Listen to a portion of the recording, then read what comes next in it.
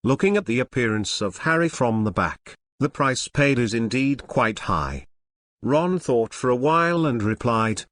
The two of them didn't participate in the later events, because the sky behind was gradually gloomy, and it rained lightly again.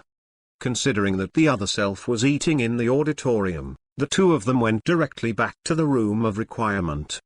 Using his wand, he lit the fire of the cozy cottage, and some of the cold rooms gradually warmed up a little. Miss Hermione took off her little leather shoes, stepped on a pair of black stockings, and threw herself on the big soft bed. She narrowed her brown eyes comfortably. Since using the time converter, she and Ron never stayed up overnight, and went to bed on time before 9 o'clock in the evening every day. What would you like to drink? Ron hung Slytherin's green robe on the hanger and turned to ask Hermione lying on the bed. Hot milk, Hermione replied lazily. There are still a lot of materials in this small room, most of which were taken from Lorne's divine power space. Because of the protection of the magic spell, the food does not have to worry about spoilage. Get up, my little witch. Ron looked at the little feet that were upturned and wearing black stockings, and scratched twice with a quill with a smile on his face. Yeah, it's itchy. Miss Hermione felt the touch from her little feet, and couldn't help but turn her head and give him a blank look. Ron will always have all kinds of tricks to deal with her. Around the table in front of the fire, Hermione took a sip from a cup of steaming hot milk. Sweet, with a strong honey aroma. The rain hit the window lightly, making a crisp and pleasant sound. The fire crackled. After Ron picked up a quill and dipped some ink, he wrote a series of beautiful fonts on the paper. What are you writing? Hermione, who was sitting opposite, asked curiously. I'm going to write a letter to Sirius. Ron said that he handed the photo taken this afternoon to the confused little witch. The content above is the photo of Harry and Malfoy. I don't know what Sirius would think when he saw it. Hermione couldn't help but chuckle. You must know that Sirius is Harry's godfather. If he sees his godson being killed by a wizard. Thinking of this, the little witch couldn't help but laugh. Although Harry is indeed miserable, isn't joy based on the misery of others? Hermione propped her face sideways with her hands, her brown eyes looking at Ron, who was writing a letter. That handsome face looked attractive under the candlelight. You are mine. The little witch muttered to herself softly. The voice was so soft that she couldn't even hear it herself. After Ron put the completed letter in the envelope, he raised his head and looked at Hermione opposite. I fell asleep again. He shook his head with a laugh. Looking at Miss Granger, who was sleeping with her arms on her back, Ron walked over and gently picked her up. Well. Hermione couldn't help squeezing into his arms, as if trying to find a warm place. Ron put his little girlfriend on the bed and kissed her lightly on her smooth forehead. Good night, he said softly. With the sound of raindrops, the whole room fell into silence. The bright sun shone on the streets of Diagon Alley. A black dog walked straight towards the alley of Nocturne Alley with an envelope from Macleay's Potions store in his mouth. This letter was sent to him from Hogwarts by Lorne. After bypassing the collapsed large house, the black dog finally stopped at a luxurious house. Good morning, Morris. Sirius released his animagus and greeted Morris. 5.5 Immediately afterwards, he walked into the room guarded by a group of werewolves. I don't know what Ron sent me. Sirius curiously opened the envelope, revealing a letter and a few photos inside. Photo? He glanced curiously, and then was stunned. He knew the girl with glasses above, and Harry showed him the shape after drinking the potion. But the pale blonde on the opposite side, who is the wizard? Certainly not Ron. Thinking of this, Sirius quickly picked up the letter. After reading it, he was silent. The next moment, Sirius ran to Tom's office. Under Tom's surprised gaze, he gritted his teeth. Our next target is to attack Malfoy. Chapter 221 Sirius is heading to the battlefield. The sun shines through the pattern outside the window, casting mottled light and shadow on the floor. It's been almost a week since the school started. This morning is Professor McGonagall's Transfiguration class, right? The little witch was arranging her wrinkled white shirt in front of the floor-to-ceiling mirror, and her red and black tie fell on her chest and lifted slightly. Miss Hermione seemed to have grown a lot. Ron, who tied her brown curly hair behind him, glanced at the girl in the mirror, the corners of his mouth slightly raised. "Mr. Geralt, what are you looking at?" He didn't get an answer for a long time. Hermione couldn't help but looked at him and asked. However, after noticing Ron's gaze, she was slightly taken aback, and then asked softly with a smile on her face. "Does it look good?" "Nice." Ron nodded subconsciously. The next moment, he found that Miss Granger's ears were a little crimson, and she looked very cute. "Okay, let's change my hairstyle today." Ron loosened the tight girls, and a delicate fishtail braid was successfully tied. Sure enough, cute people are beautiful with any hairstyle on 22.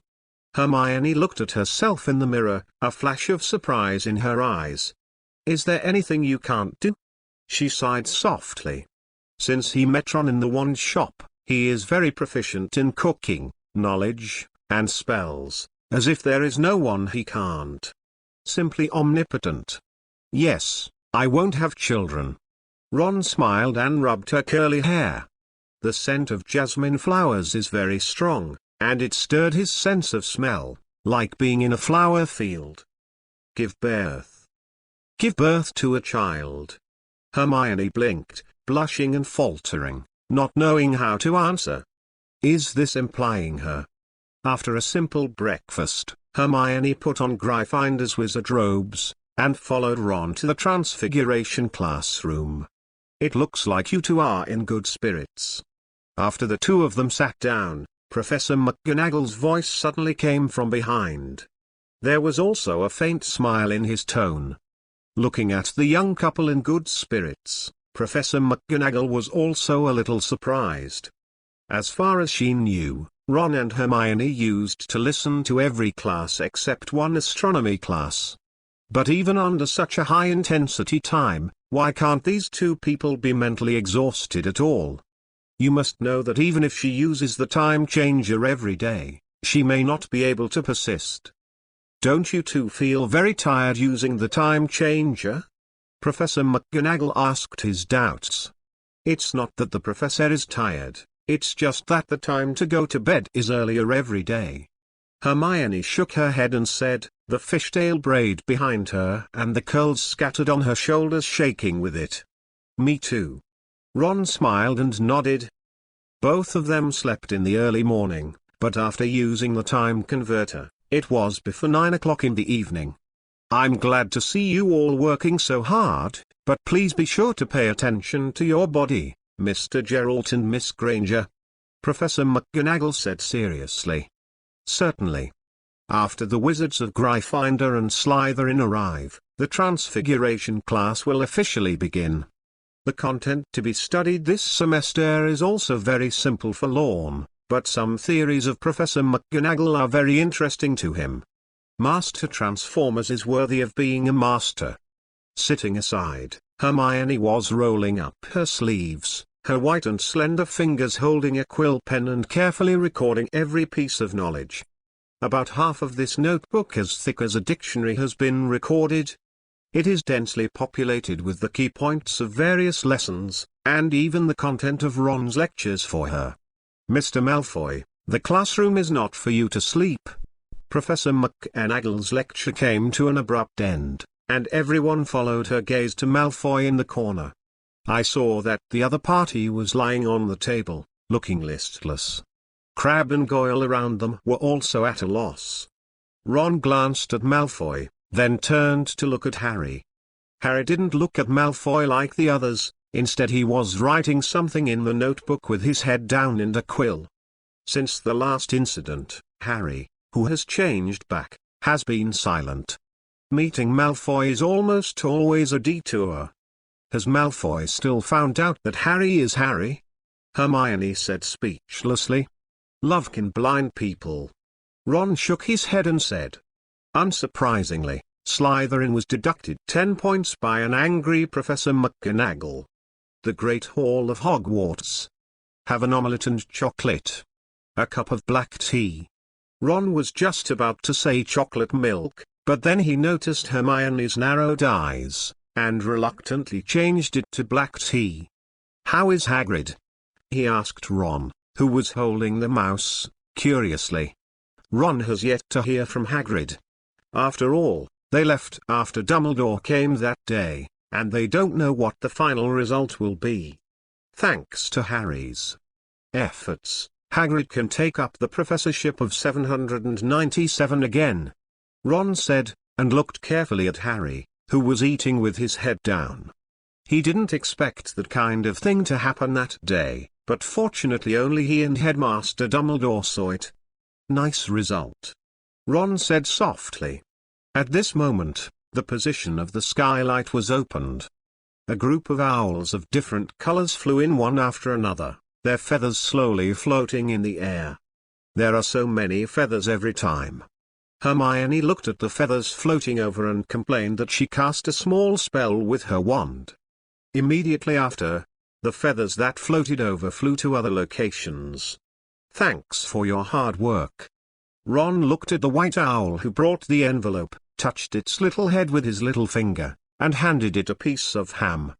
When he opened the letter, the signature inside was none other than Sirius, who was staying in Nocturne Alley.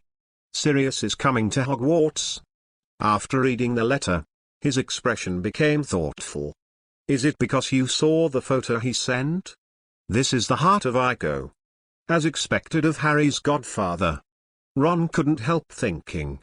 You can leave a message if you have any plots you want to watch, such as Snape's love rejuvenation, Malfoy and Harry and Ron's love triangle. You can add them. Chapter 220th, Your wolf poison potion is not right. Sirius is coming to Hogwarts. Ron held the letter and thought thoughtfully. It's just these few days. According to the letter, he has to help Senior Tom rectify Nocturne Alley. It has to be said that Tom's action is still very fast. So far he has mastered more than half of the area. If you were giving him some time. Nocturne Alley has been so chaotic in recent days. Miss Hermione's voice sounded from the side. She was holding a copy of the Daily Prophet and looking at the content on it. She couldn't help speaking. The position of the headline above is no longer Sirius's wanted order, but a burning street, and dynamic photos present the tragic scene in front of the public. The collapsed dilapidated house, the deep pit left after the explosion, and a sea of fire that is burning. There are also several wizards wearing black robes in the photo, and one of them also shows a pair of black eyes, which looks very strange and makes people shudder. It's Senior Tom. Ron leaned over and recognized the head wizard at a glance. The content of this headline happened 2 days ago.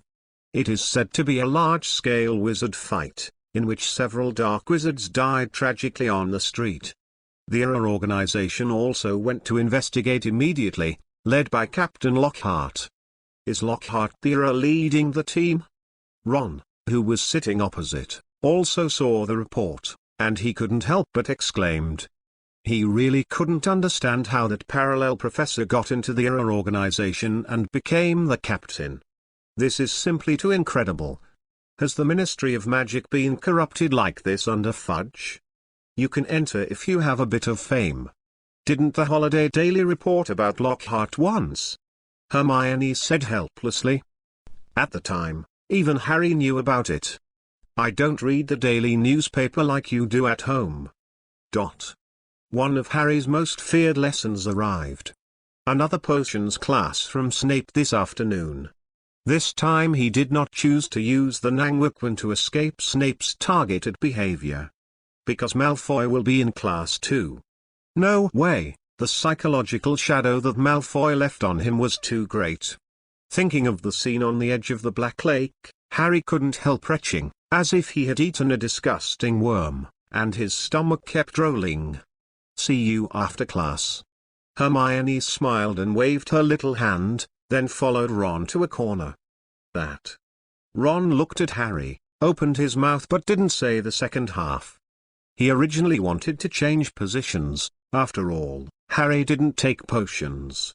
But after seeing Harry's unlovable expression, Ron couldn't say such cruel words after all. Forget it, just deduct points. Anyway, Gryffindor has nothing to deduct. The bell for class rang, and Snape walked into the dark underground classroom. He first subconsciously glanced at Harry, who was sitting in the middle. The face that looks like Lily has been replaced by James, which is disgusting. "What, Mr. Potter, your transfiguration charm is restored?" Snape sneered in a deep nasal tone. Sure enough, it was this face that gave him the desire to be ironic and targeted. Facing Lily's face, he really couldn't say anything. Not even the points could be deducted. Seeing Harry's contorted face, Snape didn't know why, and felt a sense of regret in his heart. As if she was missing Harry the last time she saw her.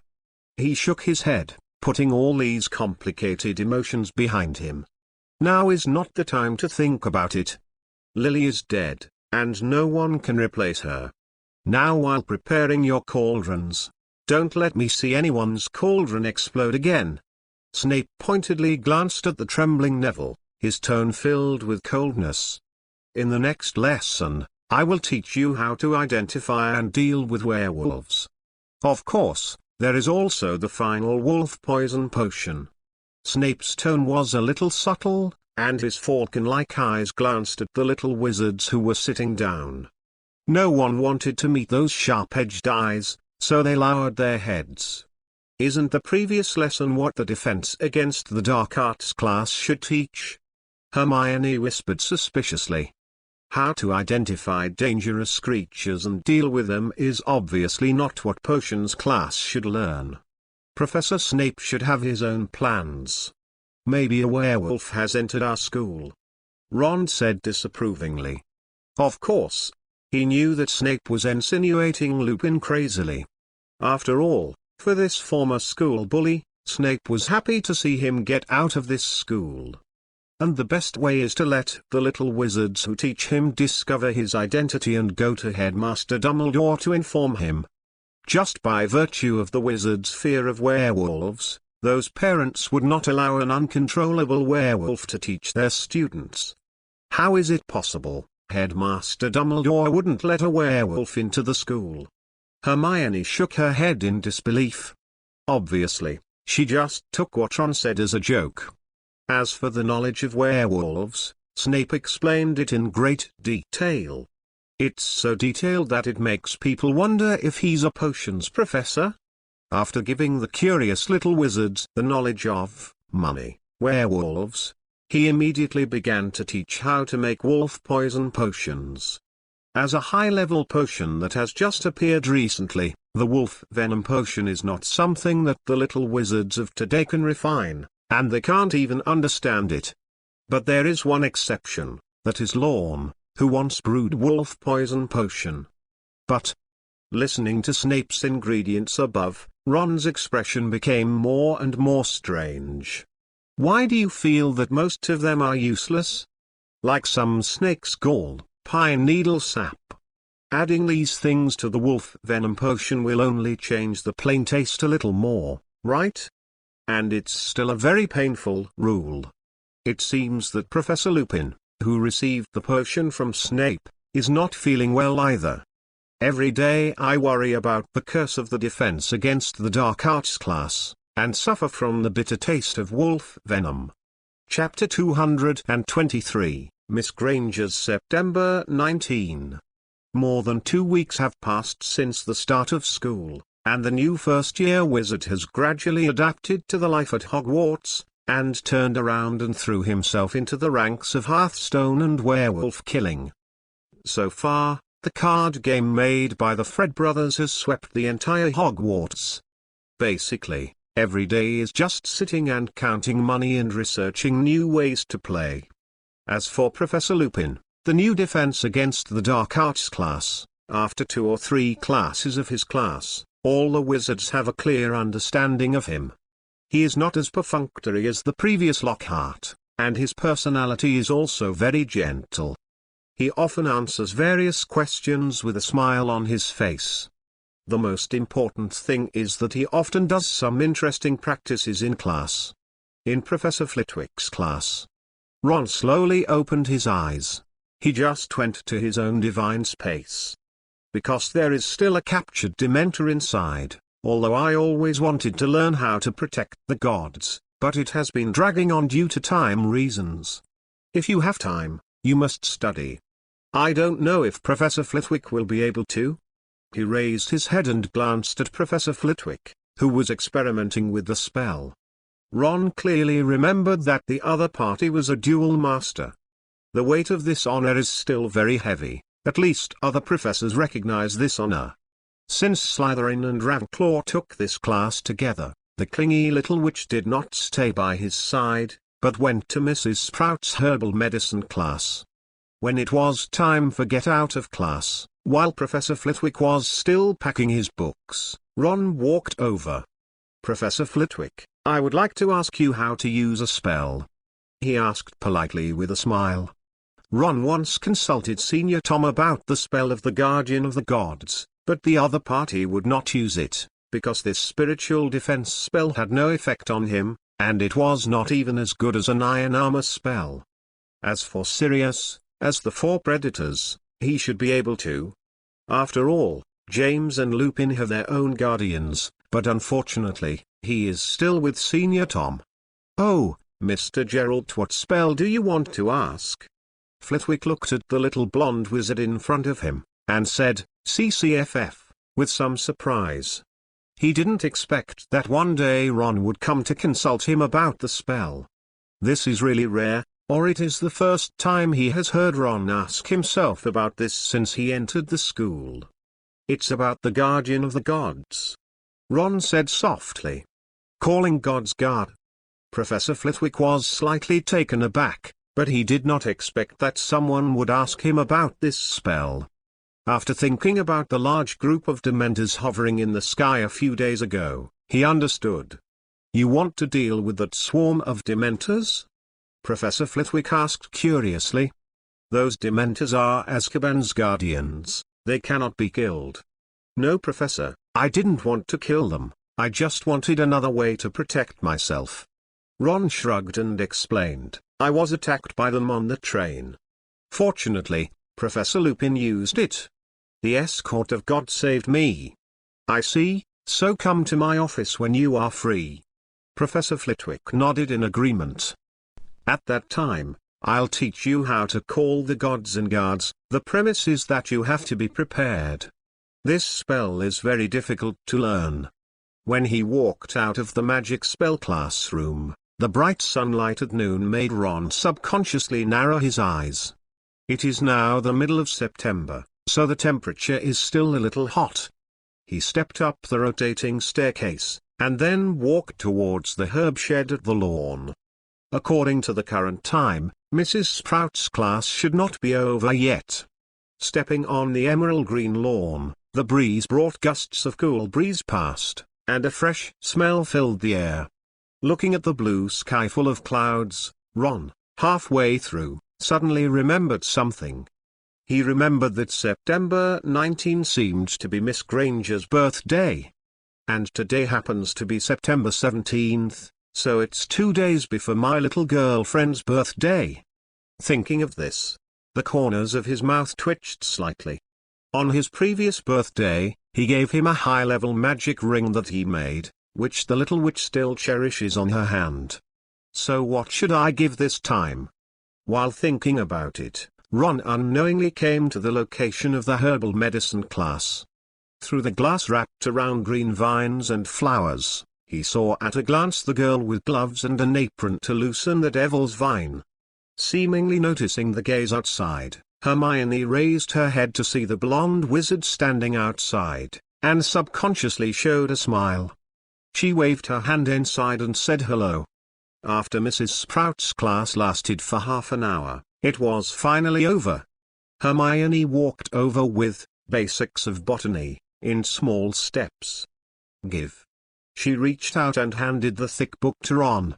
Ron touched her head with a smile, and then put the book in the chenille space. Ever since Hermione knew he had enough space, she had been using him as a storage room.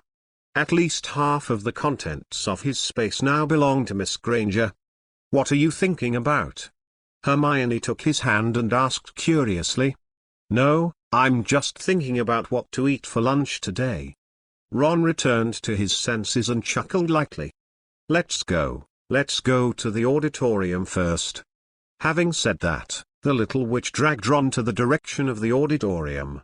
Looking at the happy girl walking in front, the corner of Ron's mouth slowly raised. Then 2 days later, on September 19th, what gift are you going to give Miss Hermione? Chapter 224. Besides, you will be an adult next year. 2 days later. The early morning sun penetrated the patterned glass and window screens, covering the soft bed like silk. Hermione was sleeping on her side with her eyes closed, her long eyelashes trembling slightly, and she looked like a beautiful elf. Ron gently took down the small white hand that was pressing on his chest, and then carefully sat up from the bedside. His dazzling blonde hair was a little messy. He used sapphire-like eyes to look at Hermione, who was still sleeping, and a smile appeared on his face involuntarily. Today is September 19th, Miss Hermione's birthday. Ron put the birthday present he had prepared in front of the bed. It was a red box with colorful ribbons. Inside are 2 delicate amethyst earrings, which are the same alchemy props as the ring I gave last time, but the power of this earring is more passive than that of a ring. It will only be activated when it is attacked. The spells engraved in it are Apparition and Iron Armor, these 2 high-level spells. Among them, the engraving of Apparition took him a lot of time. After all, it was equivalent to a teleportation spell in a space. He damaged at least 7 or 8 precious amethysts. These were all found for him by Senior Tom. At that time, Tom was so angry that his nose was crooked when he heard this request. You know that he is at a critical moment now. How could he find so many amethysts for him in 2 days? But despite his consciousness and resistance, his body was very obedient to find them. The ghost knows how many death curses his undead body has received in the past 2 days. Geralt, you really are more dog than Sirius. Thinking of the envelope that Tom sent him, Ron set it on fire without looking at it. Amethyst is all it takes. It doesn't matter if you read Senior Tom's letter or not. After placing the gift, Ron just wanted to snap his fingers, but after thinking about Miss Hermione sleeping behind him, he resisted and changed to a wand. Under the effect of the floating spell, the ingredients in the chenille space were photographed in a row and flew into the kitchen. He is in charge of breakfast today. And it just so happens that today is the only day off. Well. Hermione, who was lying flat on the bed, made a gentle voice, and she reached out and touched it. Ron, who was next to him, felt empty. Ron woke up early today. Hermione thought vaguely. Usually at this time, my little boyfriend should still be sleeping beside him. The little witch slowly opened her brown eyes, her long eyelashes trembled slightly, she turned her head slightly, and there was already nothing beside her. What about Ron? Hermione sat up with her small hands supporting her, her wide pajamas revealing one smooth shoulder. She rubbed her somewhat confused eyes, and looked inside the hut doubtfully. I still haven't seen the familiar person. Ron, Miss Hermione called out softly, but got no response. Did you go out so early? She murmured with some dissatisfaction. When he left, he didn't know how to call his little girlfriend. If you meet him for a while, you must bite him hard. Thinking so, the little witch fiercely showed her little tiger teeth. Well, Where stretched her waist vigorously, and Hermione lifted the quilt over her and prepared to go to the hanger to get her clothes. However, At this moment, she suddenly saw a gift box placed at the head of the bed. "This is for me?" She stretched out her little hand, which was covered by the white pajamas, and slowly picked up the gift box. The weight of this gift box is very light, and the contents inside should be very small. Suddenly, Hermione's eyes widened, and her brown eyes stared at this delicate gift box. Her empty little brain finally remembered. Isn't today her birthday? No wonder I always feel that I have forgotten some important things. So this is what Lorne gave her specially, but where did he go? Hermione half squinted her eyes and thought. At this moment, a sweet smell made her shrug the tip of her nose. It was the smell of bread and honey. "Why did you wake up so quickly?" Ron came out of the kitchen with a small plate, and saw the dazed little witch in pajamas at a glance. "I originally wanted to give you a surprise, now the cake is missing some strawberries." He chuckled, then walked quickly into the kitchen again. "So please wait a moment, my grid Miss Ranger. Interpunct flowers interpunct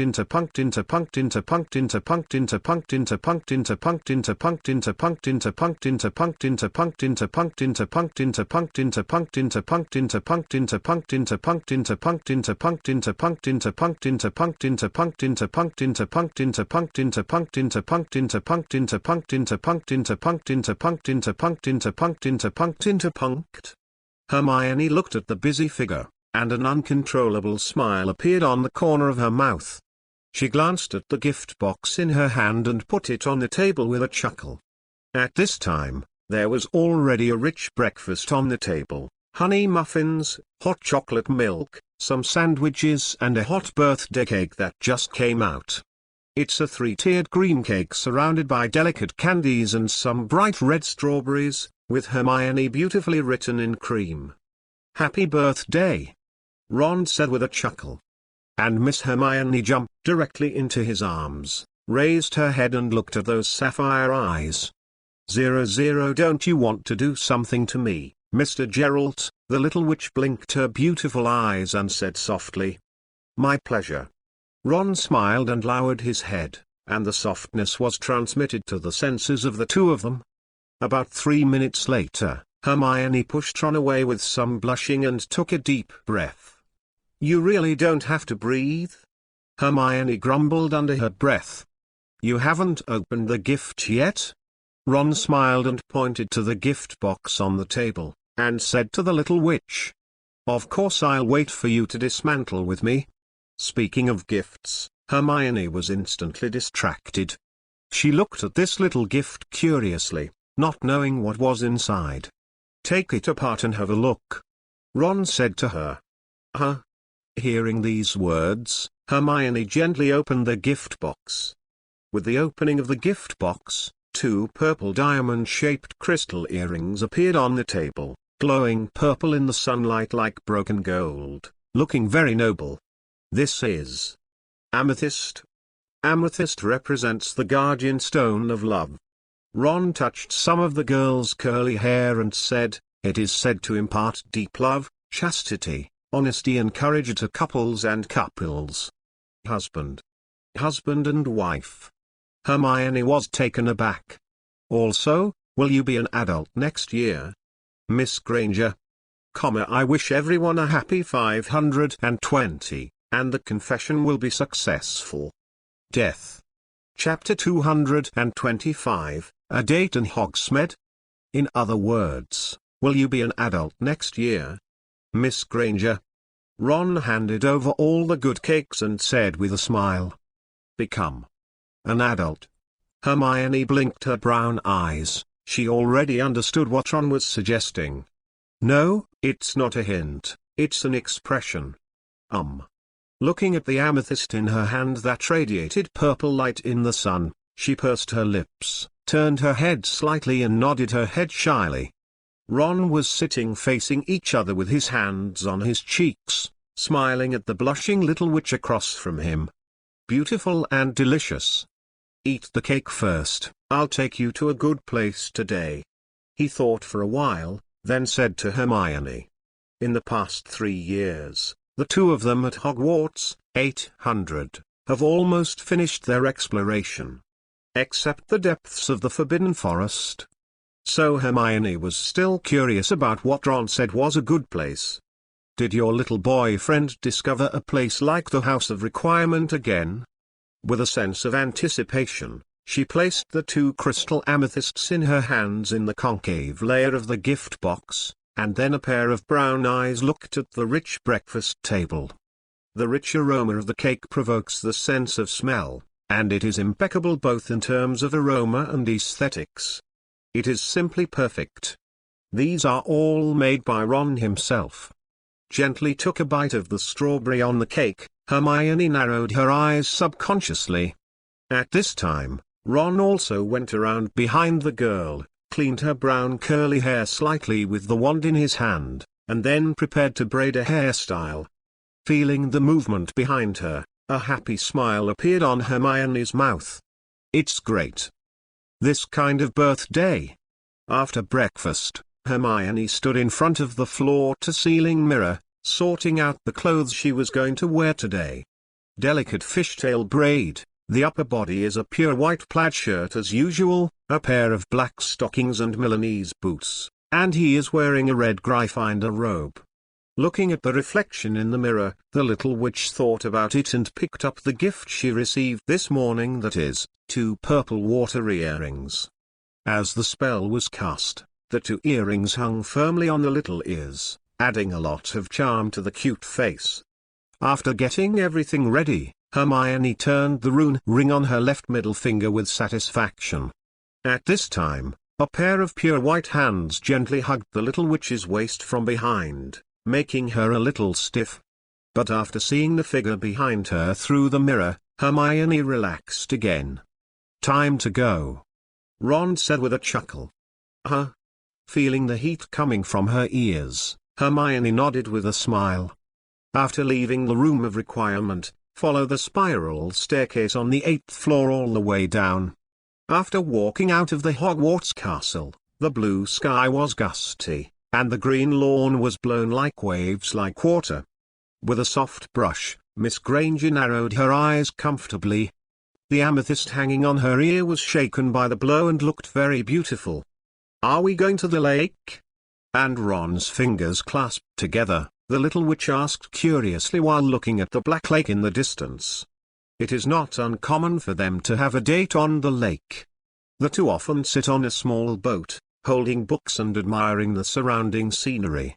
Lorne will often go fishing leisurely on the boat, and overall it is indeed a good place for a date. Because no one will bother you. No, we're going out on a date this time. Ron chuckled and shook his head.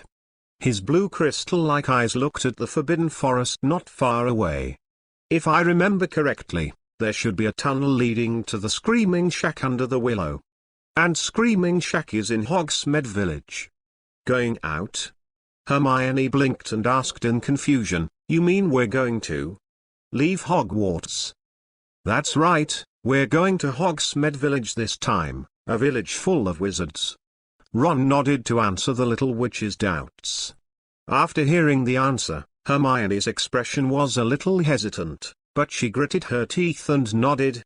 It was the first time she had skipped school from Hogwarts. I don't know why, but there is still some excitement in my heart. Stepping on some withered weeds, Ron soon came to the periphery of the Forbidden Forest. A stout willow tree with huge wickers appeared on the hillside not far away, and around it was a barren land without any weeds. This is Beating Willow. Hermione's eyes lit up, and she guessed it based on her characteristics in an instant. Those wicker sticks as thick as arms were waving constantly, as if to warn the 2 little wizards in the distance not to come over. Last term, Harry and Ron hit it half dead by car, and the distressed Mrs. Sprout was rescued. Ron explained. Since then, no little wizard has been able to approach the Beating Willow again. Obviously it is very disgusted with these little wizards who drive into it.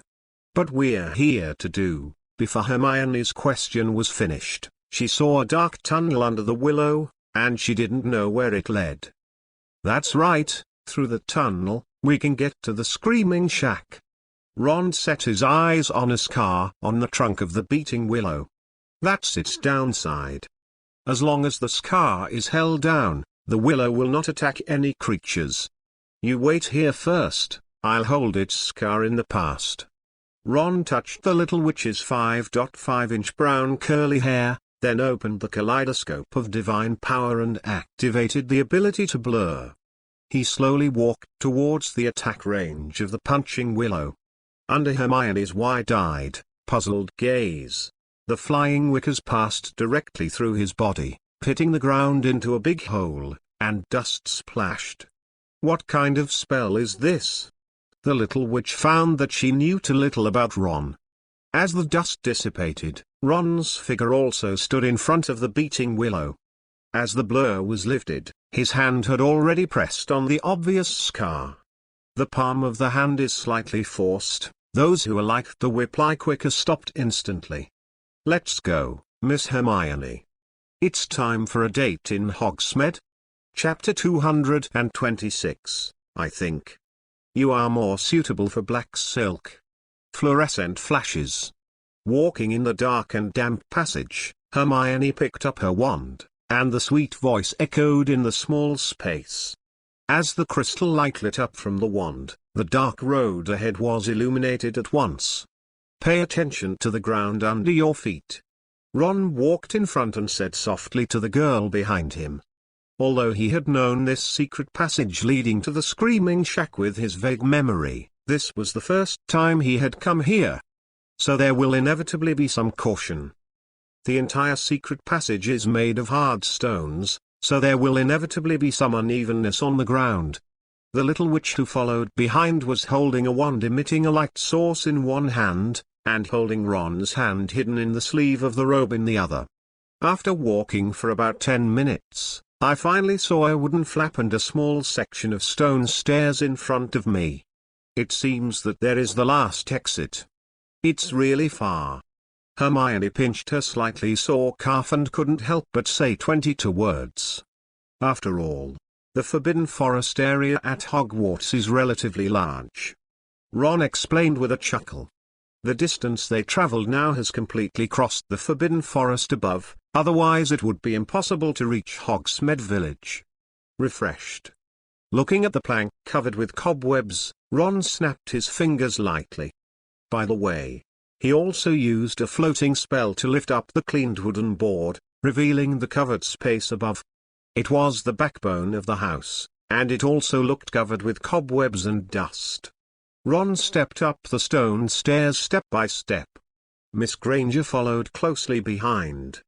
It's just that after stepping into this house, both of them subconsciously frowned, and Hermione even covered her mouth and nose with her clothes. So messy. The dilapidated furniture scattered on the ground was covered with dust and spider silk, and a few unknown reptiles could be seen around, as if it were a haunted house that had not been cleaned for decades. Clean up a little. Hermione couldn't help but put out the fluorescent flashes, and used her wand to clean the whole dilapidated hut. All the dust dissipated, revealing the patched floor and the rag-hanging walls, and the whole room looked gloomy. The mottled sunlight slowly fell on the two of them through the wooden window. The surroundings were very quiet. Ron took a step forward, and there was a sour creaking sound on the floor, as if it might collapse at any time. What is this place? It looks so weird. Hermione said to herself in a low voice, looking at the tattered furniture around her. Screaming Shack, this is the famous haunted house in Hogsmeade Village. Ordinary wizards don't come here. Ron frowned slightly. He found that the whole house seemed to be shaking erratically, as if it was under a spell. A shaky house has a gloomy environment, so it's really fitting to be called a haunted house. Let's go, we've left the Hogwarts area now. Saying that, Ron wrapped his arms around the girl's waist. Feeling the warmth beside her, a small smile appeared on Hermione's face. As the space gradually tore apart, the two figures disappeared in the screaming shack in the blink of an eye. This is a newly learned apparition. It doesn't need to set spatial coordinates to use it, but it is much easier to use than the teleportation of Shenwei. When Hermione opened her eyes again, what she saw was a patch of emerald green vines. They were entwined tightly around the house that was blocked off by wooden boards. There is the screaming shack known as the haunted house. And behind him is a forest, with towering routes standing upright. Hogsmeade Village is here. Ron opened the compass on his wrist, and the pointer pointed to the depths of the forest. After all, this is the first time he has come to this place, so he is not very familiar with the surrounding environment, so he can only rely on the compass in his hand to determine the direction. I have to say that sometimes Captain Jack's compass is really useful. After crossing the dense pine needles, a small town with peculiar buildings soon appeared not far away. Those buildings, like the products left over from the last century, look very contemporary. Hogsmeade Village. Hermione approached a sign, looked at the words on it and read it out softly. Her bright brown eyes looked curiously at this wizard town. I didn't expect to actually come out of Hogwarts. Our date is about to start. Ron walked to her side, smiled and held her little hand. After entering this wizard town, various shops are located on both sides of the road, such as magic props, potions shop, pig's head bar. Even Ron felt very curious. Honeyduke candy store. 2 large pieces of chocolate, thank you. Ron handed over a gold galleon, and then took the 2 wrapped chocolates. He once heard Fred and George talk about this store, and the sweets sold in it tasted very good. This is yours. After walking out of the candy store, Ron handed a piece of chocolate to the little witch beside him, and then he was ready to go. A Fenrir brand wizard clothing store in the distance. 803 is going to buy some nice clothes for his little girlfriend. Speaking of which, does this count as fostering? Ron pondered for a moment. Eating such a big piece of chocolate will make you fat. Looking at the chocolate the size of a book, Miss Hermione hesitated and didn't know what to say. Don't worry, I won't despise you. Ron smiled and pinched the tip of her nose. If you dare to despise me. As soon as the little lion's threat was half said, Ron was dragged into a luxurious clothing store. Fenrir brand? She remembered that she seemed to have heard of this brand in the daily newspaper, and it seemed to be the most famous clothing chain in the wizarding world. Will it be too expensive? What do you need to buy, to little lovers at Hogwarts? As soon as she stepped into the store, a witch in a robe came over and she asked with a smile. Let's see for ourselves first. Ron was not surprised that his identity was exposed. After all, the 2 came out wearing academy robes. When he came to the clothing area inside, his eyes suddenly lit up. I think you are more suitable for Hazy. Ron pointed to the stocking area not far away and said to Miss Hermione, who tilted her head. Chapter 227, Make Your Pillow Tonight. This. Isn't it? After hearing Ron's words, Hermione froze in place with a large piece of chocolate. She said hesitantly. After all, she had never worn such a thing. At most, the little witch will buy some stockings and robe shirts. Let's try it out. Ron asked softly with a slightly raised corner of his mouth. Seeing her boyfriend's expectant gaze, Hermione nodded lightly after thinking about it. It might not even be possible to try. A total of 30 silver seco, sir. The witch in the clothing store handed the packaged clothes to Ron, and then put away the money on the table. See you next time. After walking out of the clothing store, the cold wind outside made Hermione shrink her head, and even now she still felt her face get hot. I remembered the look in Ron's eyes when he looked at her just after trying on the clothes. This made the little witch quickly shake her head, leaving those complicated thoughts behind. With the movement of shaking his head, the 2 amethysts hanging on the earrings also sway, and the purple tone looks very attractive. The clothes I gave you, of course, it's a birthday present. Ron looked at Hermione beside him and handed her the bag with a chuckle. Hermione took the bag and subconsciously glanced at the black stockings inside. Sure enough, I finally bought it. Do you want to wear it tonight? Seeing the shy Miss Granger, Ron leaned against her ear and whispered. The day trip to Hogsmeade Village lasted until the evening. The fiery clouds on the horizon piled up into a sea of clouds that seemed to be burning, looking beautiful and shocking, and from time to time a few owls crossed the sky. After buying a bunch of stuff, the two operated back into the Shrieking Shack.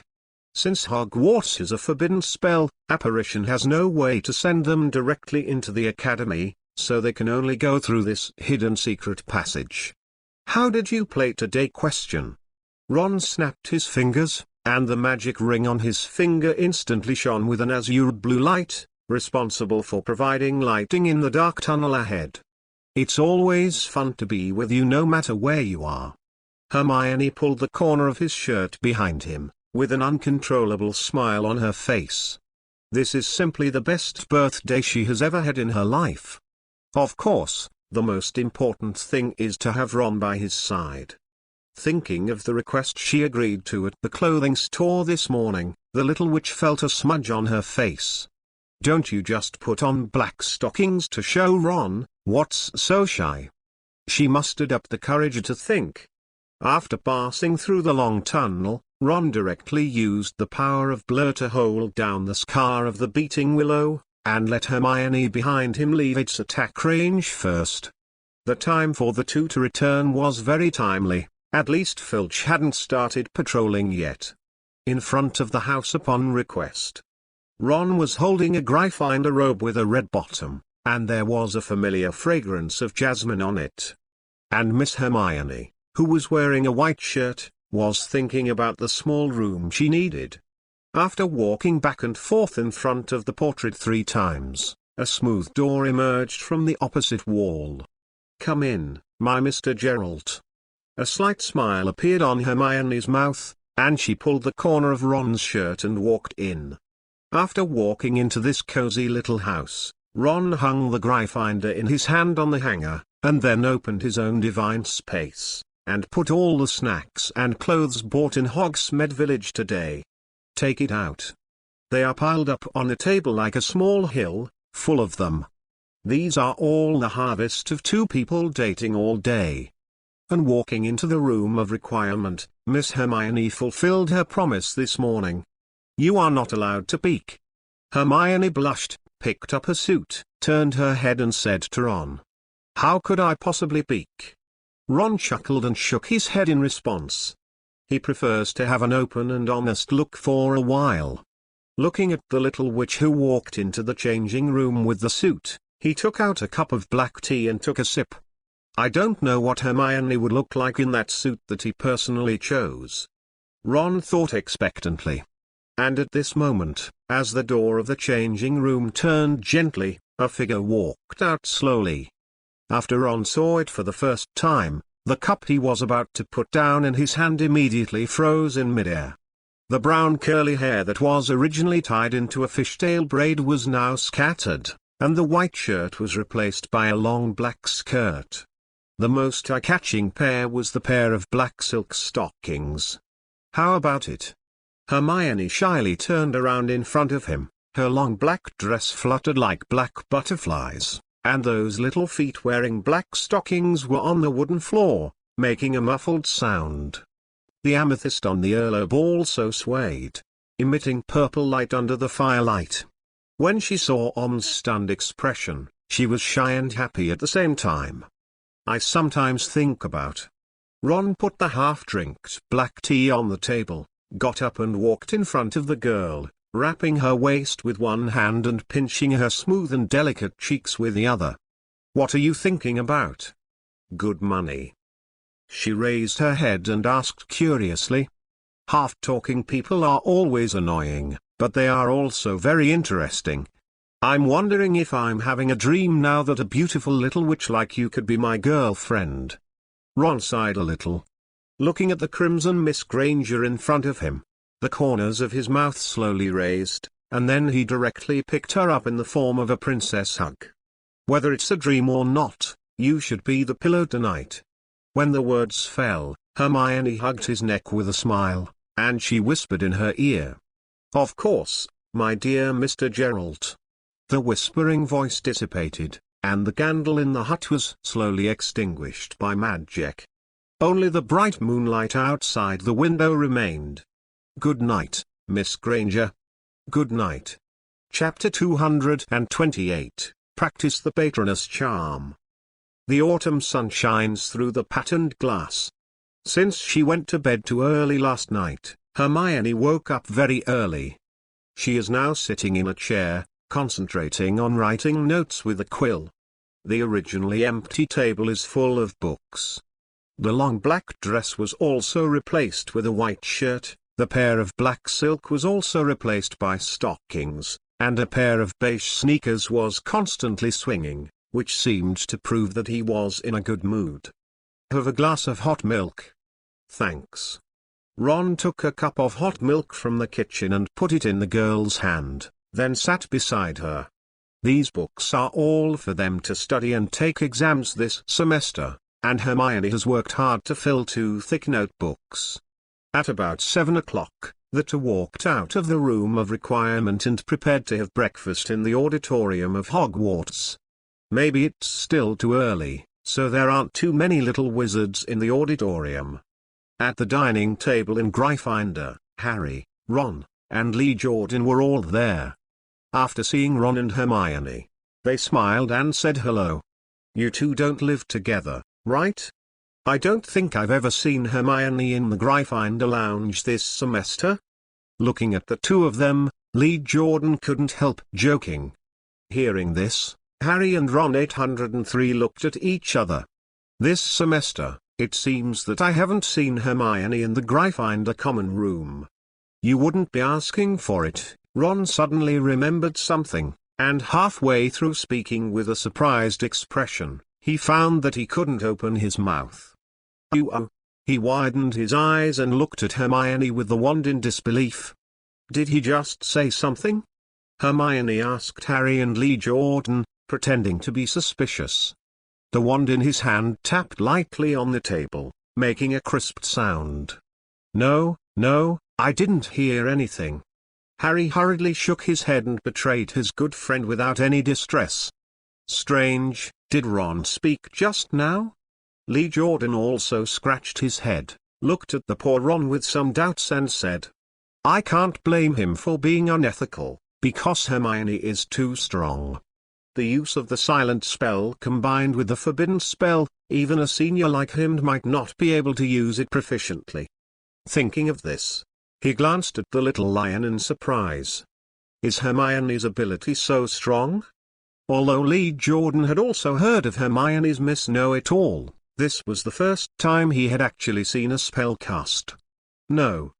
Ron could no longer count on these two unreliable ones, so he could only turn his eyes to Ron. "It tastes good, would you like a drink too?" Ron put down the chocolate milk in his hand and asked Ron with a smile. Finally, with Hermione's wand flicking, Ron's mouth was able to speak again. This time, he didn't dare to repeat what he just said. "Ron, don't you have something to say?" Hermione raised the corner of her mouth and smiled. "Is something wrong? What can he do?"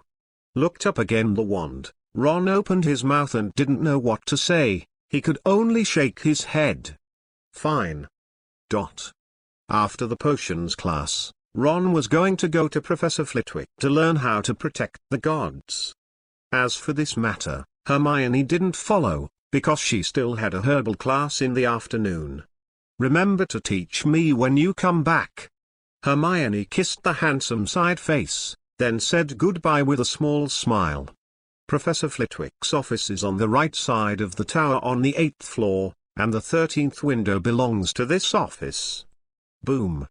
Ron knocked on the door of the room, and with a creak, the door was opened from the inside. A somewhat old voice sounded at the same time. CCFF. "Oh, Geralt, are you here today to learn how to protect the gods?" Having said that, Professor Flitwick turned sideways and let Ron enter the office. "That's right, Professor. After all, you know that I have filled out all the timetables, so my time can only be used now." After Ron explained, he looked at the decoration of the office. The first and second floors are full of books, and the most conspicuous is a gorgeous cabinet behind the desk. In the cabinet, there are golden trophies and medals of honor. With his excellent eyesight, he could even see the words engraved on it. Duel Master. To Phileas Flitwick. It seems that those rumors are true. The honor of this cabinet cannot be faked. I didn't expect Professor Flitwick to be so strong. Ron was a little surprised.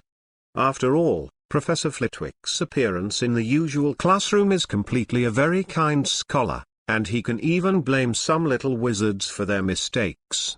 Especially the last time Ron threw the book on Flitwick's head with a levitating spell.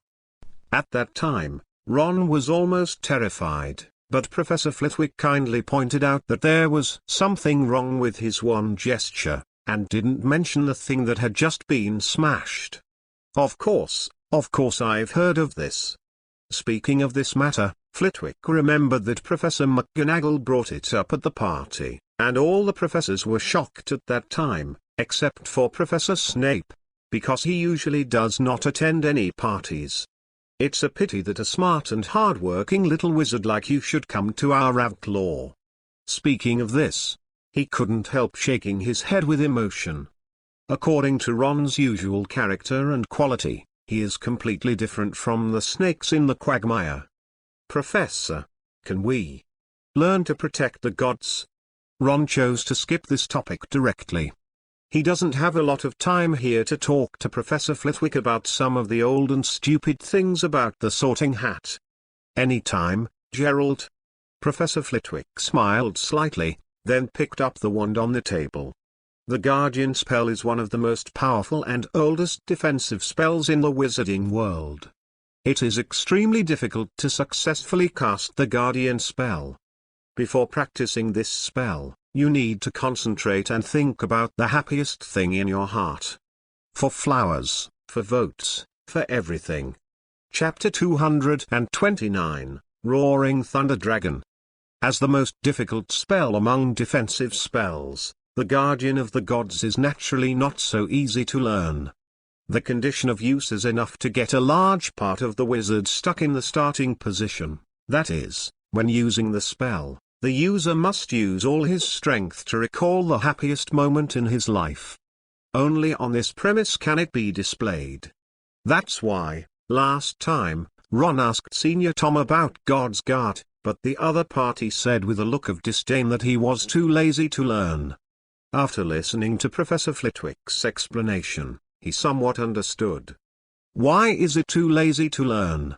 Senior Tom simply can't learn. To sum up, it is still very difficult to learn the Guardian of the Gods, because while casting this spell, you must recall happy things in your heart. Professor Flitwick picked up his wand and pointed it gently at the brooding blonde wizard. He read out the name of a spell in an old voice. Call God to protect. The next moment, under Ron's gaze, a silver-white light flickered from the tip of the wand, and the entire office was enveloped by this dazzling light. The silver-white gas gradually formed a transparent creature exuding white gas. It was hanging high in the air, with a pair of silver-blue wings waving gently, and its sharp vertical pupils stared at the wizard below. Is that a goshawk? Ron recognized this huge bird creature, or no one didn't recognize it. It was beyond his imagination that Professor Flitwick's patron saint would be a goshawk.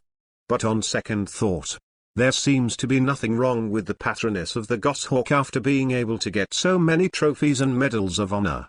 You look the same as everyone else, and they were surprised when they saw my patroness for the first time. Professor Flitwick has long been surprised by this situation. He said with a kind smile. As you can see, my patron saint is a very aggressive goshawk. Each wizard's form of guardianship is different, because they are all presented according to your inner happiness,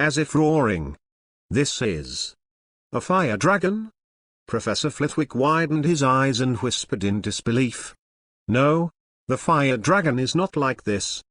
Death. Chapter 230. The surprise is of course delivered on the birthday. This huge and coercive patron saint is definitely not a fire dragon. Flitwick has seen fire dragons several times, and he has also seen fire dragon-type patron saints. But there is no one like Ron, who is huge and has a very strong sense of oppression. "What kind of creature is this?" he whispered in disbelief. The patron saint of Hogsmeade is not like Animagus. The creature it transforms can be a magical creature, but this is a magical creature similar to a fire dragon, and he has never seen it for so many years. "Probably a dragon," Ron said vaguely. Of course, he knew what kind of creature the patron saint was in front of him, from the Thunder Dragon King, who was exclusive to the Dragon Slayer crystal. It seems that after the fusion of the Thunder Dragon Slayer crystal, everything in Ron became related to the Thunder Dragon, 807. Whether it's the last Animagus form or the Patronus form this time. Thinking of this, he looked at the silver Brontosaurus floating in midair and shrunk in half. There is also a silver arc entwined around it, which looks like it is real. Ron slowly stretched out his hand, and as a result, he directly passed through the lightning that was simulated by the silver light. With the wave of the wand, the roaring thunder dragon in front of him instantly turned into a silver-white light and dissipated in the air, as if it had never appeared. Amazing talent. Professor Flitwick couldn't help but praise loudly. The Thunder Dragon just now really shocked him. You must know that the shape of the patron saint is changed according to the heart of the spellcaster. You can imagine Ron's heart. "Thank you, Professor Flitwick." Ron smiled politely. Perhaps he was the first to receive such high praise from a dueling master. By the time Ron walked out of Professor Flitwick's office, it was already evening, and the remaining clouds in the sky were reflected on the lakeside. He threw his wand into the divine space, and then walked slowly in the main building of Hogwarts. Since there is no little witch to follow, it seems a little quiet. The portraits hanging on the wall were chatting and laughing, and the little wizards in robes of various colors walked slowly up the spiral staircase with books in their arms. "Ron?" A voice came from the stairs behind, and when he turned his head, he saw a handsome Hufflepuff wizard.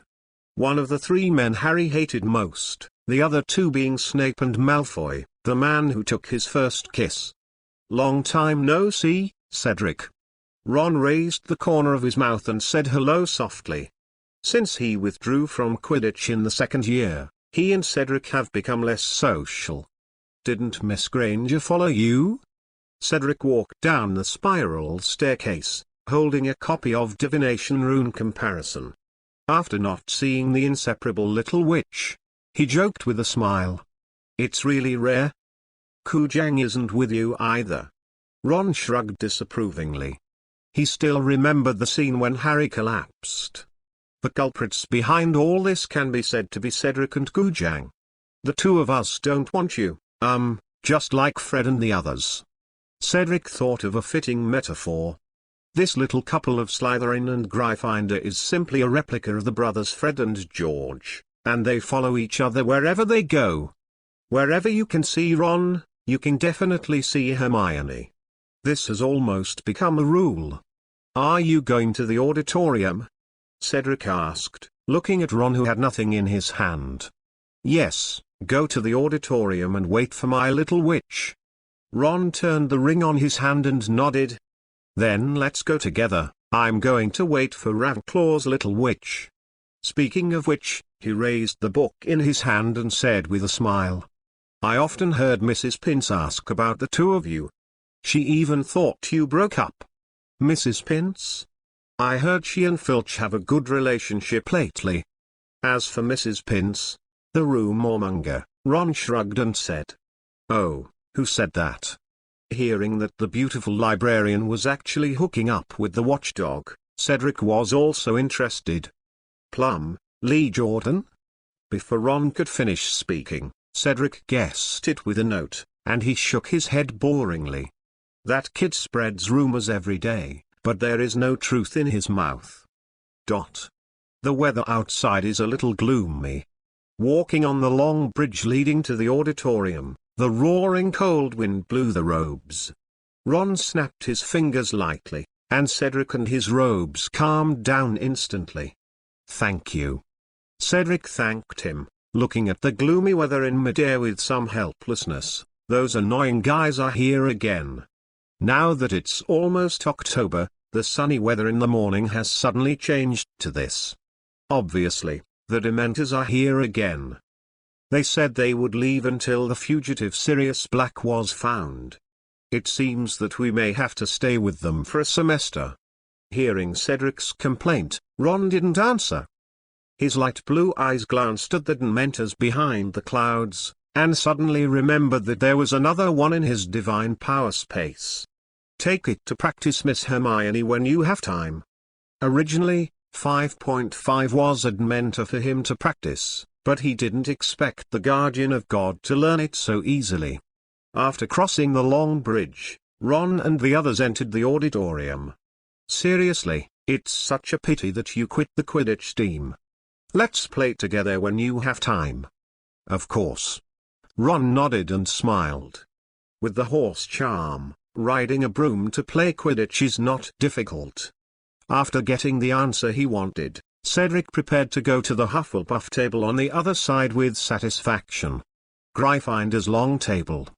Ron waved his hand gently, and the candle above was lit in the blink of an eye.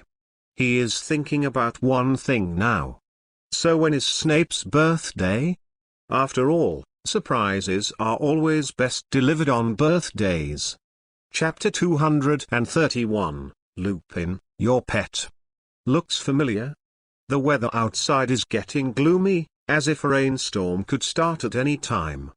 Waited at the Gryffindor table for about half an hour. Hermione and Harry also came to the auditorium. The little witch held the notebook and sat in an empty spot beside Ron, and lay on the table weakly. The two amethysts touched the wooden table and made a soft sound. The two amethysts had been cast a lot of magic spells by Hermione early in the morning, and there was nothing at all in a small collision. However, the hairstyle she had arranged this morning was messed up, and the robe on her body was also stained with a lot of dust. Why haven't those nasty guys returned to Azkaban? Harry gritted his teeth. The two of them were also full of dust, which was obviously blown by the strong wind outside.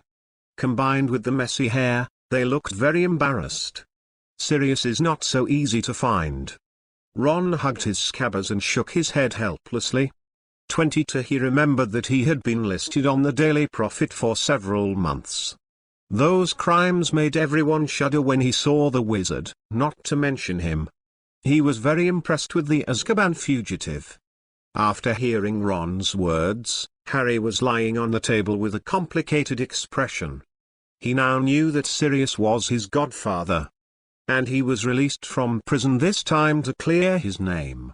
As for who the culprit was, Sirius didn't tell him. Forget it, let the Dementors stay at Hogwarts quietly. Better never catch his godfather. Thinking of this, he raised his head and glanced at Ron, who was tying her hair to the happy-looking Hermione. These two people were also insiders, and Ron didn't know who was present. And Banban, who was held in his arms, immediately widened his eyes after hearing the familiar name Sirius. He raised his head and looked around in horror. As if Sirius were nearby. "Hey, Banban, what happened to you?" Ron also discovered the abnormality of his pet at this time, and he quickly picked up a piece of meat and handed it to it. Looking at Banban, who gradually calmed down after eating the sliced meat, he shook his head helplessly and said, "I don't know what's going on. Banban has been in shock since a few months ago. Are you satisfied, Miss Granger?" At this time, Ron also tied the little witch's scattered hair into a delicate fishtail braid, which he liked very much recently. Satisfy. Hermione looked at herself in the mirror, and a happy smile appeared on the corner of her mouth. Looking at Hermione's delicate hairstyle, the two of them opened their mouths for a while, not knowing what to say. Why didn't the two of them know that Ron could actually do such a thing? Perhaps you can go and sterilize your Banban. Ron looked at Scabbers, who was eating slices of meat, and smiled and made a proposal. At this time, Banban stopped eating immediately, staring at the blonde wizard with a pair of mung-bean eyes in horror. Are you a devil? You can imagine this kind of thing. There are several people tonight. It seems that the wind is a bit strong tonight. At this time, Professor Lupin also came over in a messy robe, holding an old box in his hand. This box is almost inseparable from him. Good evening, Professor Lupin. Harry said hello. Several people have long been accustomed to Lupin appearing in the auditorium. Well, is this mouse your pet? Lupin frowned as he looked at Scabbers, who was stunned on the table, and couldn't help asking. How did he feel that the mouse looked so familiar? It's like a friend from many years ago. But wasn't he already dead in the explosion? Professor, Banban is my pet. Ron quickly picked up the frightened Scabbers and replied. Scabbers in his hand was dazed with fright. He found that Hogwarts was becoming more and more unsafe. Especially after seeing this familiar face, former friend Lupin. It tried its best not to make any strange movements, and turned its head and tied it tightly in Ron's pocket. Banban, you haven't wiped your mouth yet. Ron screamed, then grabbed its tail and dragged it out. After wiping the screaming Scabbers, he threw it into the pocket of the wizard's robe. It's really dirty, Hermione said with some disgust. It was the first time she saw that someone would be so precious to a mouse. And aren't mice all dirty? What do you know? Banban is my friend. Ron blushed and said. Hermione didn't bother to argue with him. She turned around and picked up a piece of chocolate and put it to Ron's mouth. How do I feel that you are keeping pets? Ron looked at this piece of chocolate, hesitated for a while, and then took a bite. Professor Lupin, what's wrong with Ban 807? After stabilizing his emotions, Ron asked Lupin, who looked thoughtful. No, I just think your pet looks a little familiar.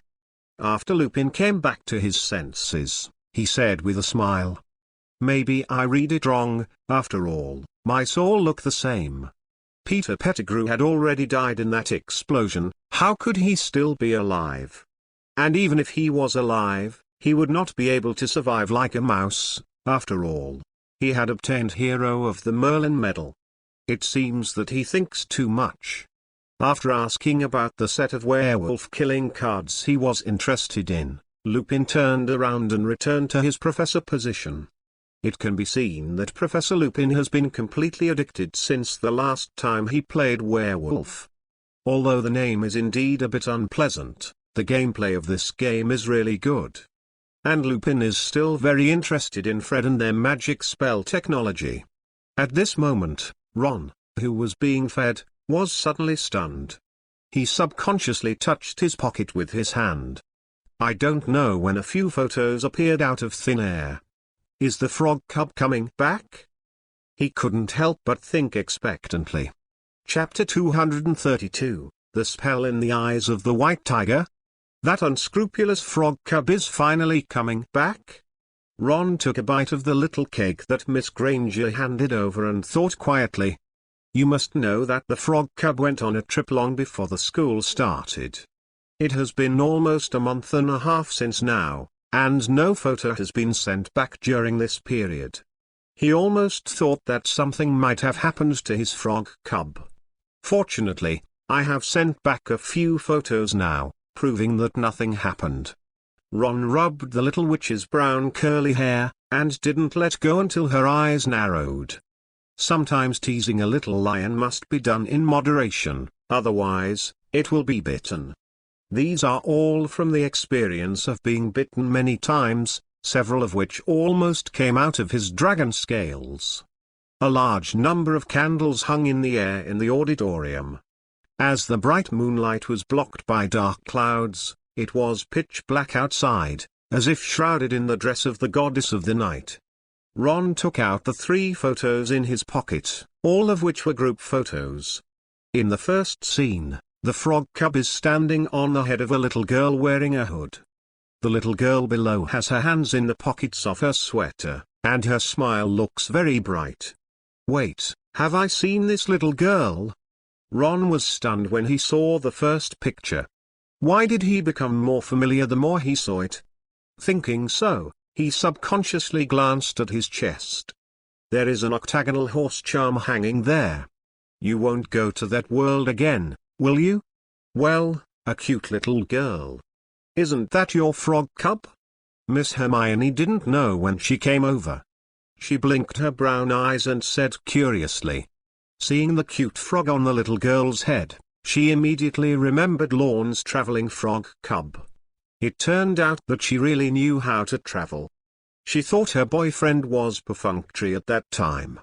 Yes, it's been almost 2 months since I went on a trip. Ron had nothing to hide. He put the first photo on the table and glanced at the second one. This one is of a man wearing blue short sleeves, pulling the little girl to run, with a group of ninja-like chasing soldiers behind, wrapped in black mist.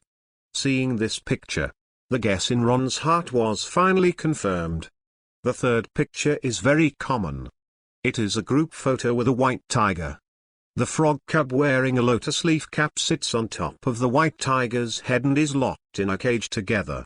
What is striking is that there seems to be another octagonal spell pattern in the eyes of this white tiger. Is this the spell you brought back this time? Ron thought expectantly. The horse charm on his body has helped him a lot. It can even be said that without the horse charm, Senior Tom should still be dealing with the untamable group of werewolves in Nocturne Alley. Looking at the photo in his hand, there is a string of numbers in the lower left corner representing the date of his return. The frog cub will be back in 2 days. At the same time, it will also bring special products of that world. Perhaps it was the influence of those dementors. The gloomy weather had already started to rain heavily, and the wind was howling. Under the command of the professor, the prefects of each grade brought the little wizards from their own academies back to their respective academies. See you on the 8th floor later. Due to the leadership and roll call of the professors, the 2 of them could not be absent and go directly to the room of requirement. The Slytherin common room. In the green hall, the candles were brightly lit, and a group of pure-blooded wizards were still discussing the glory of the family as usual, or finishing their schoolwork this semester. After a brief rest, Ron unleashed his divine power directly in the bathroom. At the beginning, he specially recorded a spatial coordinate at the position on the 8th floor, so it was enough to send it directly. There is a magic spell in the academy that prohibits the use of apparition, but it doesn't prevent him from making his own kaleidoscope of divine might. After all, these two are not the same thing. As the space gradually twisted into a vortex, the next moment, Ron's body appeared in front of the portrait of the giant monster on the 8th floor, which had fallen into darkness. After thinking about the room I needed in my heart, I walked back and forth 3 times. The smooth door gradually emerged on the wall. When he opened the door and walked in, the bright light made him half squint. "Why did you come so early?" A slightly flustered voice entered his ears, and Ron subconsciously turned his head to look. I saw the little witch holding the quilt and shrunk in the corner of the wall, with a pair of brown eyes staring at him slightly wide. "I'm here. Isn't it time?" Ron looked at the blushing girl and walked over with a smile on the corner of his mouth. "Wait, what do you want to do?" Hermione tugged at the soft quilt, as if it would give her a sense of security. "Okay, change your clothes quickly." Ron rubbed her little head with a smile and walked into the bathroom. Looking at the folded white shirt on the bed, he knew what Miss Hermione was doing even though he was sluggish. Now the time is not ripe. If you are really not careful, he is likely to become the youngest wizard in Azkaban. Hermione watched the figure walking into the bathroom, and breathed a sigh of relief, but she didn't know why she felt a faint sense of loss in her heart. After changing her clothes, the little witch knocked on the bathroom door. Hold on. The night was dark, and the intense raindrops hit the glass, making a muffled sound. Ron was sitting on a chair in his pajamas, holding a thick book in his hand. On the other side, Miss Granger was wearing a black sweater and drinking hot black tea with a blushing face.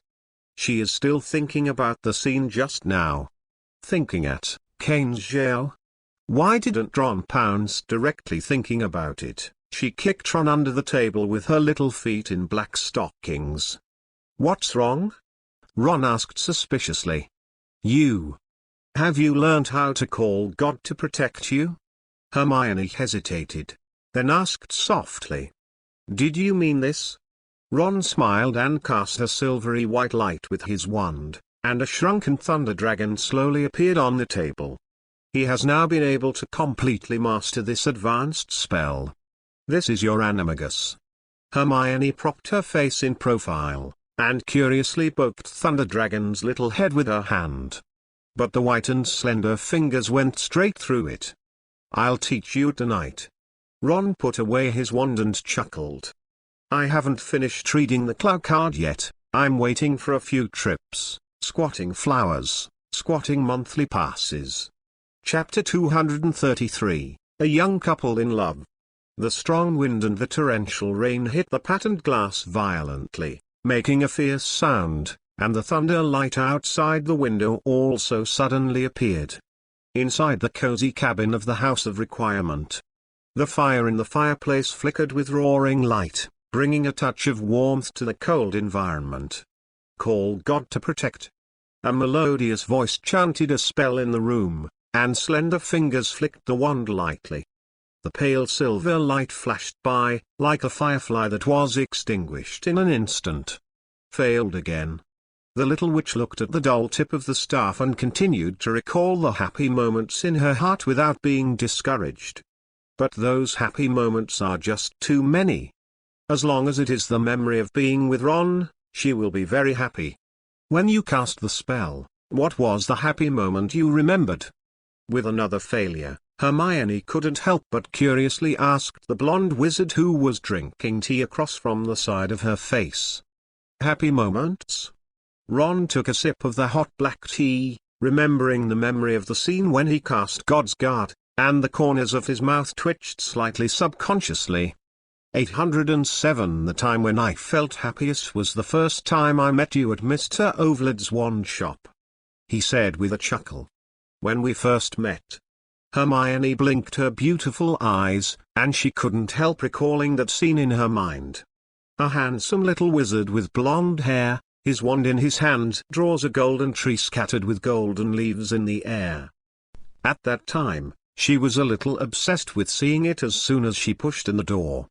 And that time was also the first time Hermione felt blushing and her heart beating faster, and that feeling was unforgettable. I will try again.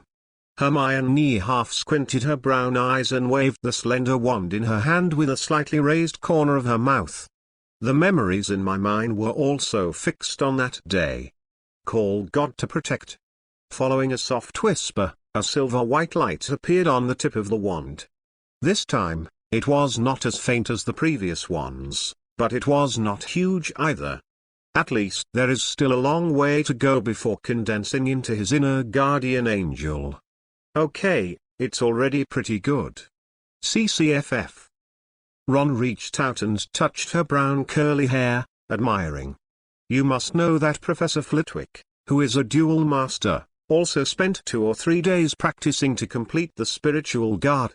In comparison, Miss Hermione was able to emit a faint glow in just 3 hours. If this momentum continues, she will definitely be able to condense the Patronus after 2 days. Although it can't be compared with Ron, after all, the magic power in his body is different from other wizards. Really? The little witch glanced at him suspiciously, but she knew that her little boyfriend only spent 1 afternoon to learn. Why are you lying to me?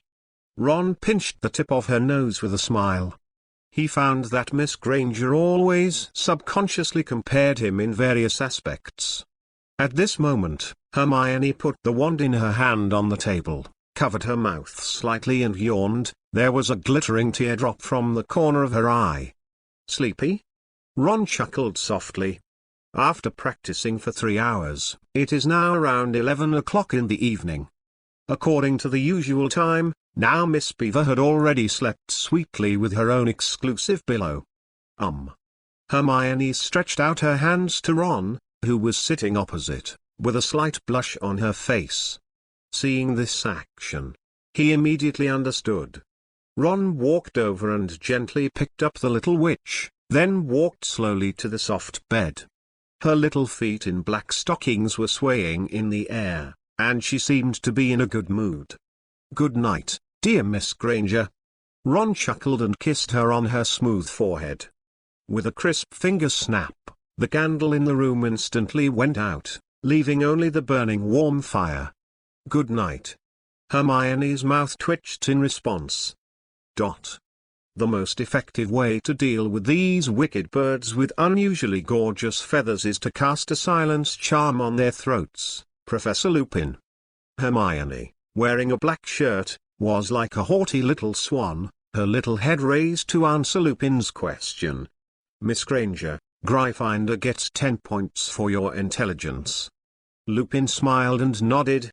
As the voice fell, he stretched out his hand and lifted a piece of red cloth behind him, revealing a large iron bird cage.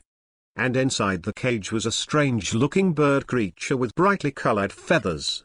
This is the theme of this practical lesson, Wicked Bird. Although the evil bird is pleasing to the eye at first glance, its singing will eventually make those who hear it lose their senses.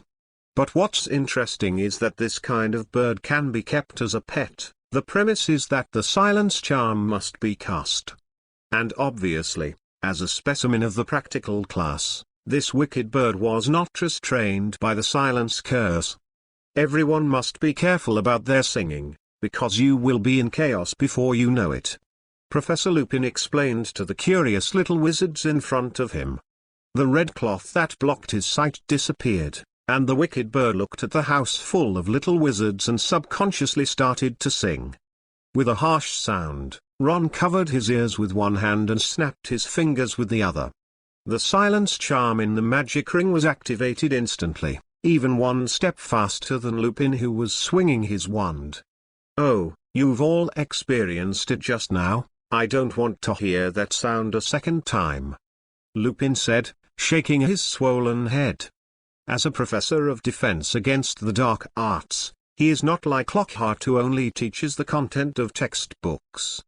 Rather than theoretical knowledge, Lupin hopes that these little wizards will experience it for themselves.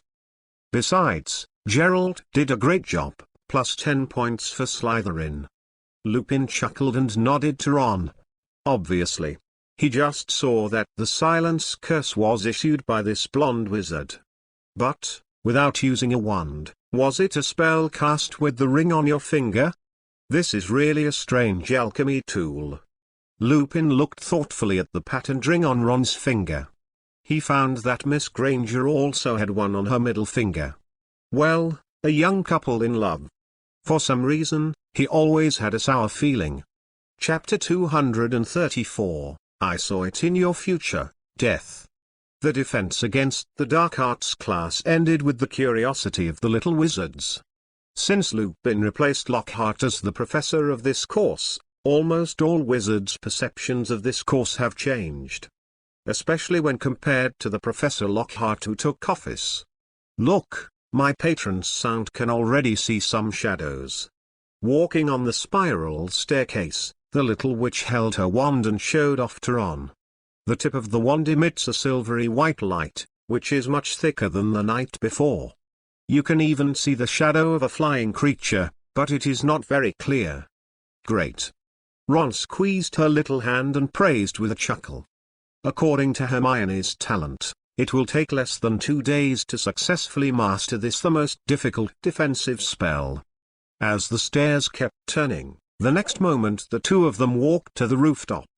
A sea of clouds drifted in the blue sky, and a few owls roamed in the air, like a beautiful oil painting by a painter. He walked to the stone fence and sat down on a stone bench.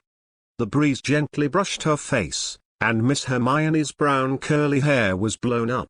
The smell of jasmine flowers stirred her sense of smell, and the amethyst earrings swayed, emitting a purple halo. Feeling the gentle wind, the little witch slowly closed her eyes, enjoying the present moment comfortably. And Ron took out a bag of Momotaro rice balls from the cameo space and handed a piece to Hermione. Momotaro still has a lot of rice balls in stock. After all, frog cubs used to bring back this specialty every day. Speaking of this, he couldn't help but think of the frog cub who was coming back tonight. I don't know what specialties you will bring back this time. Thanks. Miss Hermione took the white dumpling and took a small bite. It's still that familiar taste. A lot of wizards have gathered on the rooftop, most of them are playing Hearthstone cards together, and they can even hear excited shouts. It seems that Hearthstone made by the Fred brothers is very popular at Hogwarts. Recently, George and the others seem to have finished the preparation for the werewolf killing, and they are about to sell it. It is estimated that there will be another boom at that time. Afternoon there was also a divination class taught by Sybil Trelawney, so after a little break, the two of them chatted and laughed and went to the North Tower building, that is, the dedicated classroom for divination classes. After entering the classroom, Ron saw the figure hidden behind the red curtains at a glance, and it looked very strange when combined with the quiet environment. Is that Trelawney? Following her boyfriend's gaze, Hermione also found the figure. She subconsciously pulled Lalorne's sleeve, and asked in a low voice uncertainly. It looks like it should be. Ron hesitated for a while and nodded in response. Although it was not the first time for them to take Trelawney's fortune-telling class, this crazy old witch would always come up with panic-stricken operations every time in class. For example, in the first lesson, she had predicted Neville's misfortune and Harry's misery. Hermione followed Ron and sat at a small round table near the window, and put the thick divination knowledge book in her hand on the table, making a heavy muffled sound. In the bright sunshine, the dust on this table was flying, and it looked as if it had not been cleaned in days. As time went by, the classroom was filled with little wizards one after another. Perhaps he noticed this slightly strange environment, so no wizard dared to speak aloud, and they all lowered their heads and whispered. Speaking of which, Lavender's rabbit really died on the first day of the prophecy. At this time, Hermione pointed to Lavender Brown in the classroom she had just approached, and said to Ron. As Lavender's roommate, although she didn't live together for a long time, she still knew something happened in the dormitory. Especially Lavender wants to dig her corner. Professor Trelawney's predictions are quite accurate, otherwise Headmaster Dumbledore wouldn't have raised her for so long.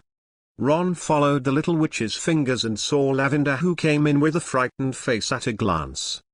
He couldn't help shaking his head and replied. It can be seen that this witch has a sense of fear for Professor Trelawney, otherwise she would not show such an expression the moment she walked into the classroom. Interpunct flowers interpunct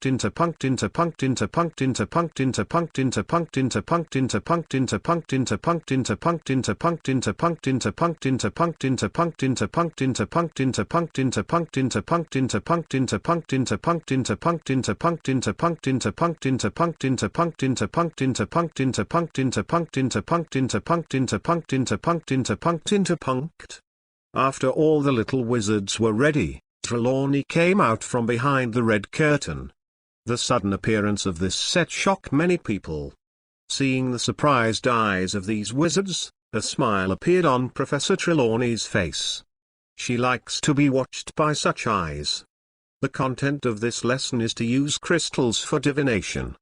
2 or 3 football-sized crystal balls are placed on each table to make them perform divination tests. Hermione rolled up her black sleeves, supported her profile face with one hand, and stared at the crystal ball in a daze. She really couldn't see what the prophecy was in it. Zero, even Ron on the side was the same. In his eyes, the crystal ball was also blank, and there was no scene related to prophecy. Sure enough, he did not have the talent for divination. Ron sighed helplessly. Divination is different from other disciplines, such as potions and incantations. As long as you are willing to work hard, you will also gain something, but divination is different. It relies on innate talent. People without talent are destined to not learn, even with the utmost effort. According to the talkative Professor Trelawney, none of them have the third eye. When she said this, she still looked very proud.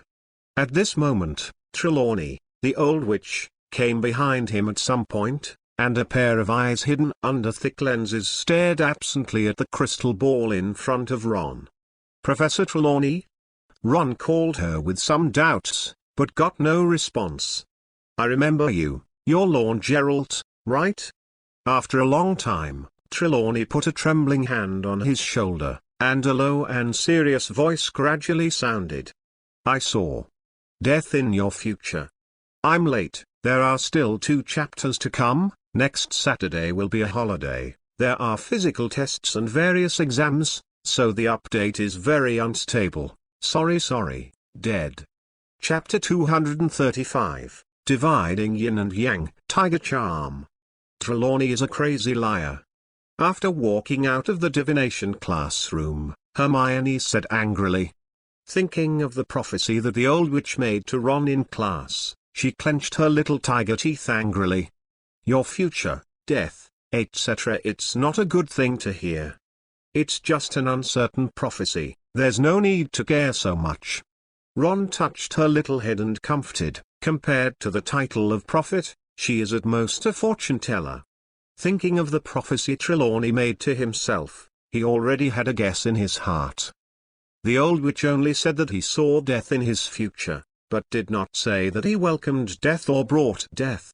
There is still a big difference between the two. But, Ron prefers that he will bring death in the future. After all, the various wizard fights in Nocturne Alley, 810, are all made by Senior Tom under his orders. During that time, a lot of people died. But Hermione's delicate little face was tangled, but she remembered de Lavender's dead pet rabbit. Although it was only 1 day away from Trelawney's prophecy, it was indeed dead. During that time, Lavender became nervous, and he often studied with a copy of The Mystery of Divination in his hand. It's just another Trelawney. Come on, let's go boating on the Black Lake. Ron pinched the tip of Hermione's nose and whispered in her ear. Sometimes it's not a good thing to be too nervous. It seems that it's time to relax. After all, he uses the time converter every day. Although he has no major problems, Miss Granger is different. Obvious mental exhaustion. From the top floor of the North Tower, go down the stairs, and soon walk out of the main building of Hogwarts. Recently, the weather has gradually become slightly cold, and even some red maples have become bare, and the crimson and dry leaves have fallen to the ground, paving a road. A small boat floated in the middle of the Black Lake, ripples in circles, and there were several strange-shaped creatures swimming past under the lake. It looks like some green water monsters. Hermione lay lazily on the edge of the boat, her wand in her hand drawing a long spray on the lake. And Ron was fiddling with the compass in his hand, and the pointer on it kept shaking, which meant that what he was looking for in his heart was moving nearby. "What are you looking for?" Hermione leaned over and asked curiously. She also knew the function of this pointer. When Luna held it, the pointer pointed to her boyfriend. But speaking of it, I don't seem to have seen that strange Ravenclaw little witch recently. She couldn't help thinking. I'm looking for those mermen hidden deep in the Black Lake. There seems to be one wandering near our boat. Ron responded with a chuckle, and at the same time he picked up the wand in his hand. Mermaid? Hermione's eyes lit up slightly. She had read the records of mermaids in the book. They were all a group of beautiful aquatic magical creatures. At the beginning, she voluntarily declined the status of human and chose the status of beast. Are there really mermaids under the Black Lake? The little witch blinked her puzzled eyes and asked Ron. She has been at Hogwarts for 3 years. Although she has always heard of mermaids under the Black Lake, she has never really seen them. Didn't the compass give us the answer to this question? Ron threw the palm-sized compass in his hand to Hermione, and turned his eyes to the Black Lake. He also wanted to see what these mermaids looked like. Scarlet eyes appeared, and with the kaleidoscope, he instantly captured the human-like creature in the Black Lake. It is circling around the wooden boat, and there are some small green monsters around. Miss Beaver, don't be surprised next time. Ron said softly. The wand in his hand flashed a blue light. The floating spellcast went straight through the water and hit the mermaid. With a plop, a huge splash of water exploded from the water in the distance. Immediately afterwards, a figure with a fish tail slowly floated in the air. After seeing this legendary mermaid, Ron's wand shook slightly, and the corner of his mouth couldn't help twitching. Even Miss Hermione covered her mouth and turned her head, unable to bear to look directly. The mermaid's skin was iron gray, and the dark green hair was long and disheveled. His eyes are yellow, his teeth are broken, and he wears pebbles strung with thick ropes around his neck. This. Ron was hesitant to speak, his pale blue eyes filled with disgust looking at the flaming mermaid. It's completely different from the mermaid he imagined. He silently swiped his wand, releasing the floating spell. The next moment, the grinning ugly mermaid fell into the Black Lake, splashing a large amount of water. Let's go back, Hermione said with a complicated expression. Is this a mermaid? It's really ugly. The sky was once again shrouded under the dress of the goddess of the night, leaving only a bright full moon. Inside the house upon request, Ron looked at the full moon outside the window with a thoughtful expression. The current Professor Lupin must be in great pain, after all, he still has the curse of the werewolf on him. Thinking so, he touched the horse charm on his chest. Now is not the time to use it for him. It turns out that only the mermaids in the Caribbean waters look so good-looking. Wearing soft bunny pajamas, Hermione looked sideways at fantastic beasts and where to find them spread out on the table. There are detailed introductions of various magical creatures on it, which can be called an encyclopedia. Senior Newt's Commander's Book. Ron came over and glanced curiously. He remembered that this senior seemed to be a Hufflepuff graduate. Guck. Suddenly 5.5 rooms, a frog croak sounded in the room. The two present were stunned. Did I hear the frogs cry? Hermione looked left and right at the ground, but found nothing. That's right, it's here. Ron chuckled lightly and caught the frog cub from above his head. Quack. Frog cubs have been chasing for a long time, the owner who saw it tweeted twice. I have prepared food for you a long time ago. By the way, let me see what gifts you brought back. Ron put a small pot of hot milk in front of the frog cub, and then picked up the package behind it curiously. As the package gradually opened, a spell engraved in the style of a white tiger appeared in front of him. Indeed, this is it. Divide yin and yang, tiger talisman. Who doesn't like bad Miss Hermione, doubly happy. Chapter 236, Two Miss Grangers. When did the frog cub come back? Hermione blinked and asked incredulously. She had no idea when the little frog who was traveling came to the room of requirement, as if it appeared out of nowhere. Probably while we were rowing. Ron lied softly. The secrets about the frog cubs are too difficult to explain, and even if it were explained, Miss Hermione would not necessarily believe it. After all, this thing is too outrageous. Hermione looked at the frog cub wearing a lotus leaf hat and drinking milk, and couldn't help but touched its little head with her little finger. Or. The frog cub chirped, and then rubbed her fingers with his little head. It looks very cute and cute. Now the little witch finally knows what it feels like to lean on Ron's arms and rub her head against him. So cute. Hermione half squinted her brown eyes and chuckled. Looking at the girl who was teasing the frog cub, Ron smiled and picked up the spell in his hand. The shape of a white tiger is depicted on it, and it looks lifelike. In terms of shape, it is exactly the same as the horse charm on his chest. But what is the function of the tiger talisman? He was a little stunned when he thought of this. There seems to be no specific effect of the tiger rune in the vague memory. There is no way. After all, 13 years have passed. Apart from the impressive ones, the rest of the unimportant memories will pass over time. Just like most people don't remember what breakfast he had the day before yesterday. And at this moment, detailed information about this tiger talisman appeared in his sight.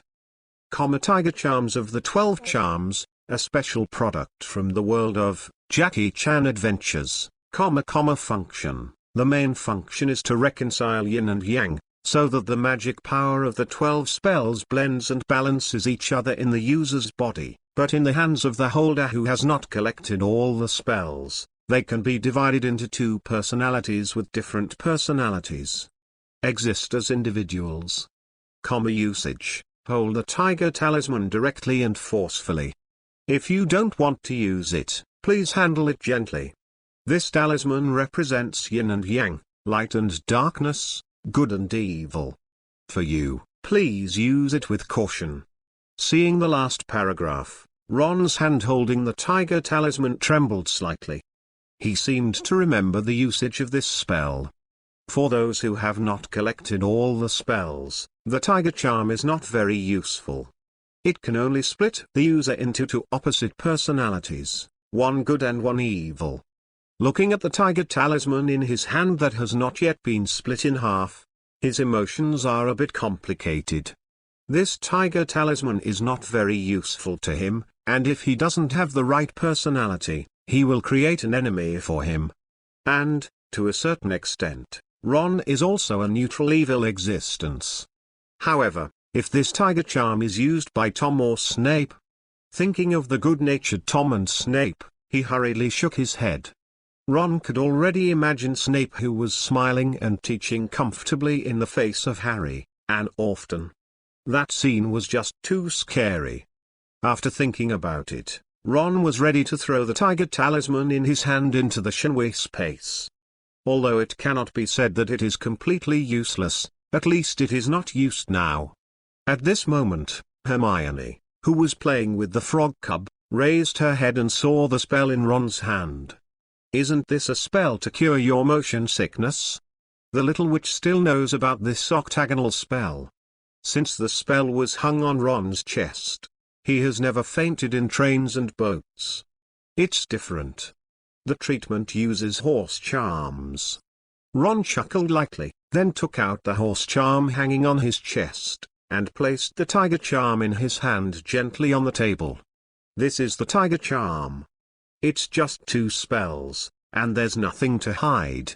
Horse charms and tiger charms? Hermione blinked her beautiful eyes and looked at the spell on the table.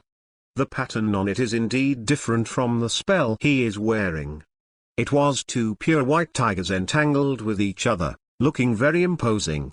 Is there any difference between these 2 spells? She asked curiously. What's the difference? Ron glanced at the tiger charm on the table, then raised his head to look at the curious Miss Granger. It seems. It's not impossible. Would you like to try it? Ron said, the corners of his mouth twitched slightly. Hearing this sentence, Hermione was slightly taken aback. Why does she feel that her boyfriend's tone is a little malicious? It's just Ron won't hurt her. Thinking of this, the little witch hesitated for a while and then nodded. Just try it, nothing will happen anyway. Come on, here it is for you. Lorne will be the tiger. The spell was handed to Miss Hermione, and then softly explained to her the use and function of the spell. After using this spell, the main body can be divided into two personalities with different personalities. Of course, it's very easy to recover, as long as this spell is combined into 1813. After Hermione heard the effect of the tiger charm, her clever little brain immediately reacted. She opened her brown eyes involuntarily. Is there such a magic tool in this world? It's beyond the little witch's imagination. How about it, do you want to give it a try? Ron said with a light smile, touching her brown curly hair. How to use this spell?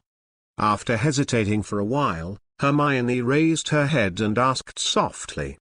As long as you hold it firmly, this spell will automatically split into two halves, which means, click.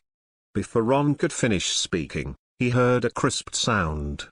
A pair of light blue eyes looked at it subconsciously, and saw that the tiger charm in Miss Hermione's hand had been split into two halves. Immediately afterwards, the two tiger charms in his hand emitted a dazzling light, covering the little witch's body. The next moment, as the light gradually dissipated, I don't know when, the figures of two Miss Grangers had already appeared on the spot. Dear Miss Granger? Ron let out a tentative cry. As a result, both Miss Granger opened their brown eyes and looked at their boyfriends.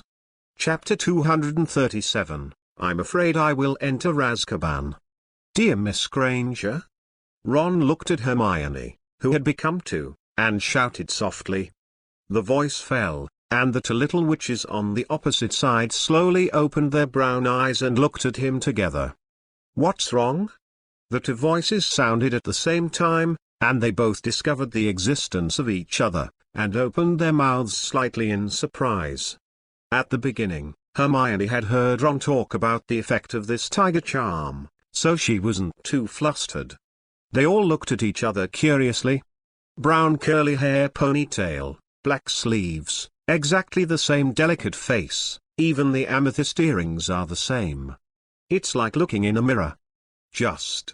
It seems that the power of the spell has taken effect. Ron chuckled lightly. Looking at the same little witch in front of him, he also had a strange feeling in his heart. What is this, double happiness? Mr. Geralt, you seem very happy? A sweet and smiling voice sounded, and Hermione, who was standing beside him, blinked her beautiful eyes at him. Hearing this tone, he knew the character of the little witch who spoke. The evil side? Ron looked at the half-tiger charm in her hand with a thoughtful expression. Although there is no difference in appearance, the two little witches are completely different in terms of words, deeds, and temperament. And compared to the good Hermione who was still stunned by the sight, the evil Hermione has slowly come over. He poked Ron's cheek provocatively. Are you so happy to see that you have two little girlfriends? I always felt that hating Hermione was a little too bold. Although the complete Hermione is sometimes bold, she doesn't want to be like this, and she starts to move. Looking at the evil Hermione who had already hugged his arm, Ron's mouth was slightly raised, and he nodded in recognition. Miss Hermione like this? She's really cute. He stretched out his hand to pinch Hermione's cute cheek, but he turned his face away to hide, and then he bit that finger with a light bite. Hiss, the mouth is really cruel. Ron tugged at his finger, but the bite didn't move. The other party looked at the helpless look of his little boyfriend, with a smile on his face. Her personality has also gotten worse. What are you doing? Exclamation. Hermione also realized something was wrong at this time. My boyfriend was actually being held by another little witch, and he was still biting his finger there. Damn, this is obviously hers. She hurriedly walked over and dragged Ron to the side of the bed, her brown eyes watching the evil Hermione vigilantly, declaring her sovereignty. Ron is mine. Mr. Geralt is also my boyfriend. Evil Hermione couldn't help narrowing her eyes and said softly. Hearing this sentence, Hermione didn't know how to refute it. In a sense, both of them are Lorne's girlfriends. After all, they were all alone. Didn't you find Mr. Geralt enjoying himself? Evil Hermione also came over. She poked Ron's face with her wand, turned her head and said to the puffy little witch. But Good Hermione looked at Evil Hermione, who was holding the other arm, hesitating and not knowing what to say. And Ron, who was sandwiched between the two Miss Grangers, showed a smile on the corner of his mouth. Sure enough, it's double the joy, but it's a little too hot. Stop laughing. Hermione also noticed the smile on the corner of his mouth and said angrily. The moonlight outside the window is charming, and the fire in the house shakes the flames, bringing a touch of warmth to this cozy cottage. Hermione sat in Ron's arms like a kitten protecting her food, her brown eyes staring at the other herself. I want to change back, she whispered to Ron. I haven't played enough, so I won't change back. Evil Hermione was wearing black stockings with a black dress on top, all of which were the clothes she bought in Hogsmeade last time. The original Miss Hermione never thought that she could match her like this. Like it? She smiled and turned around in front of Ron, her black dress fluttering like butterflies. With the purple crystal earrings and her delicate face, Hermione looked like an elf in the dark night. For a moment, Ron's eyes widened. It was the first time he had seen such Miss Hermione. So tempting. You are not allowed to look at her. Hermione gritted her teeth and covered Ron's eyes. She was jealous. And he still eats his own vinegar. You can also wear this dress, after all, aren't we the same person? Evil Hermione said disapprovingly. I wouldn't wear this kind of clothes. Hermione's little face was flushed, and she looked very attractive. Her separated character would not allow her to accept this combination. Okay. Ron hugged Hermione, who was sulking with himself, and gently rubbed her brown curly hair, comforting her. You will definitely change back tonight. If you don't change back, Ron felt that with the current dislike of Hermione and his gameplay, he estimated that he would be unable to control it tonight. No way, the vicious Hermione is too sultry. Mr. Geralt, don't you like me like this? Evil Hermione didn't pay any attention to the other Hermione's warning gaze. She leaned over directly, and whispered in his ear. Like is like. Ron hesitated and nodded. But I'm afraid I'll enter Azkaban. Money is good, men always like to lie. Seeing her boyfriend's hesitant expression, she muttered something boring to Hermione.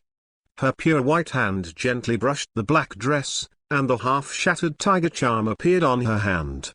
Then the evil Hermione was thrown to Ron. I'll come back to you next year, my dear Mr. Geralt. I am looking forward. Ron chuckled and shook his head, then combined the two half pieces into one. With the flash of light, there was only Miss Hermione with her head bowed. She didn't dare to look up at her little boyfriend at all, because those bold words and thoughts were all stored in her mind. And Miss Granger was wearing that alluring black dress. The exam this afternoon, and the exam in the evening. It is estimated that the update time will be at 9:30. People are numb. Chapter 238, Come on, let's practice with the Dementor. How do you feel? Ron looked at the tiger charm in his hand and asked the silent little witch with a smile. His experience was quite good. If you have a chance, you can do it again. You are so annoying. Hearing this, Hermione couldn't help but raise her head and gave him a blank look. She swore that she would never use this spell in the future. After returning to oneness, those chaotic thoughts were a kind of torture. Especially those who were bold. Thinking about it now, there was a tinge of crimson on her fair face. By the way, your clothes are very nice. At this time, Ron pointed to the black dress on her body and praised with a chuckle. This is the first time he has seen Miss Granger in this style. I have to say, it's really tempting. Then he looked at the tiger talisman in his hand, thought about it, and threw it into the shadowy space. This thing is of no use to him, at least not now. The space gradually twisted into the shape of a vortex, and the cracked tiger charm was sucked into it. At this time, Hermione was lying on the bed with the quilt in her arms, her brown eyes half squinted looking at Ron. After what happened just now, she has absolutely no desire to speak. Well, she buried her little head in the soft quilt and let out a lovely muffled sound. Ron looked at Hermione lying under the quilt, and laughed a little dumbly. He got up and walked to the bed, and gently lifted the quilt. The little witch's brown curly hair was scattered on the bed, and a pair of brown eyes blinked at him. The bright moonlight was as soft as a veil, and before Ron could take a closer look, he felt his body lean forward slightly. I don't know when, my tie was tightly held by the little witch. The next moment, a sense of weightlessness came, and under Ron's somewhat surprised gaze, Hermione directly pulled him to the other side of the bed. Sleep. With the magic ring on her white finger, the blue light flashed by, and the fire in the whole house was extinguished instantly, leaving only the fire that was still burning slowly to provide warmth. Everything around him became dark, and Ron lay on his side on the bed and looked at the girl beside him with sapphire-like eyes. The black dress was worn as pajamas, the long eyelashes on her eyes were slightly closed, and she seemed to be a little nervous. I remember when you just said New Year's. Before Ron could finish speaking, Hermione gave him a fierce look. When she heard this sentence, she couldn't continue. Pretend to sleep. After all, this is what she said.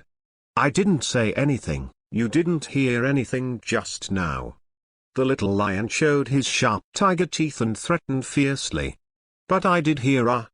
Ron still wanted to continue teasing the angry little lion, but he didn't expect that she would block his mouth directly. In a sense, solve the problem from the root cause. About 3 minutes passed, and there were 2 light breathing sounds from the originally silent room. Are you still going to tell me? Hermione rubbed her hot cheeks, looking at the blonde wizard opposite her with brown eyes, and softly threatened. If I keep talking, can you do it again?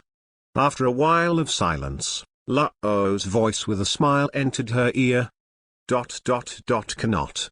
The little witch shrunk her head into the quilt angrily, and didn't want to talk to Ron anymore.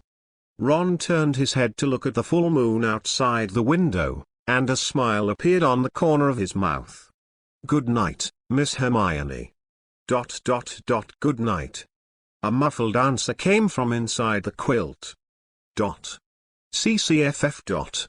Finished the History of Magic class. Ron followed Hermione with the book in his arms, and the wind in the attic blew up the green Slytherin robes. At this moment, Hermione in front was taken aback for a moment, and she asked Lalorne's sleeve. Are the 2 people in front Fred and George? Ron followed her gaze and saw 2 brave Gryffindors fleeing in a hurry. The iconic red hair directly proved their identities. The Weasley twins.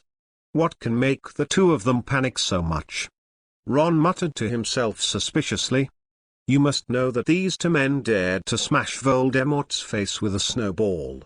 Even Beeves, who had lived in this gorgeous castle for nearly 1,000 years, was helpless against them. Hey, Ron.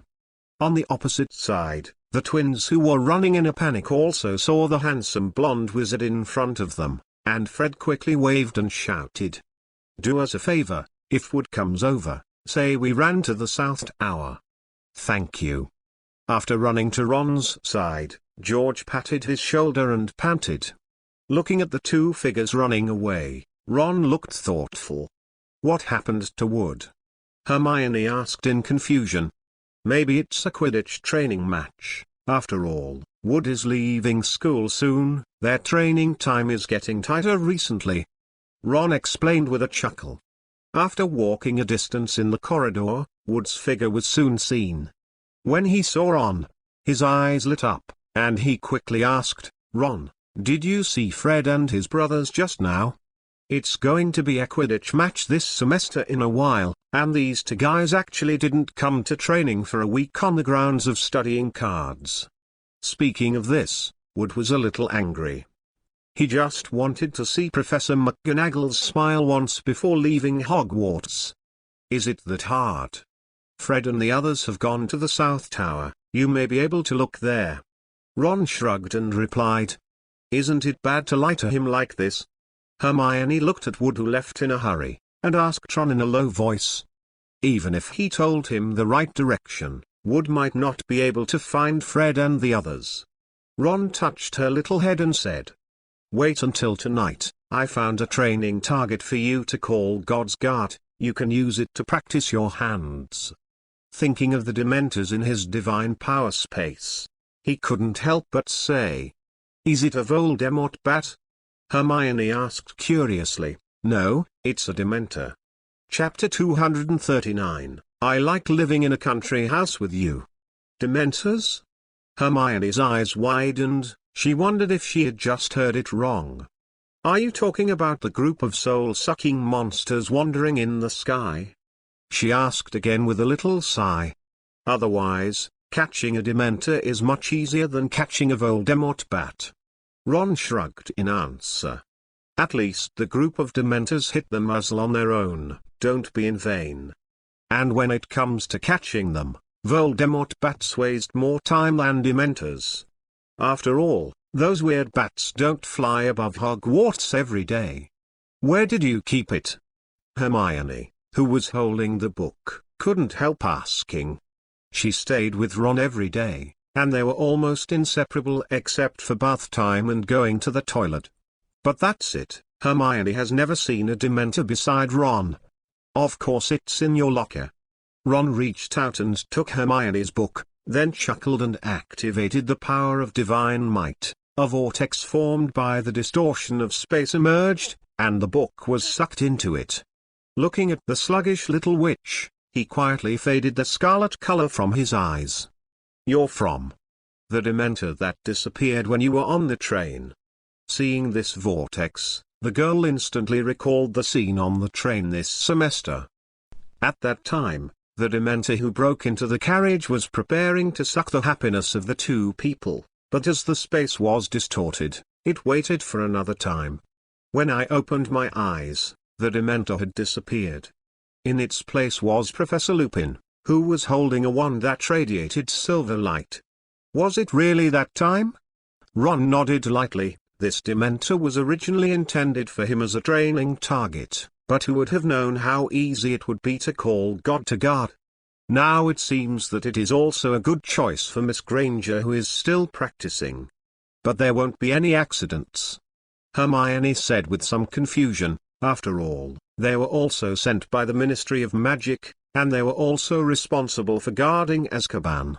Fudge wouldn't have noticed that there was a missing Dementor, and it was this Dementor who was going to attack us at the beginning. Ron shook his head and said, he generally shows no mercy to any malicious creature. Just like the werewolf I met in Nocturne Alley for the first time. But speaking of Fudge, I don't know how far Lockhart's plan is. It seemed that Senior Tom had to give him a good help.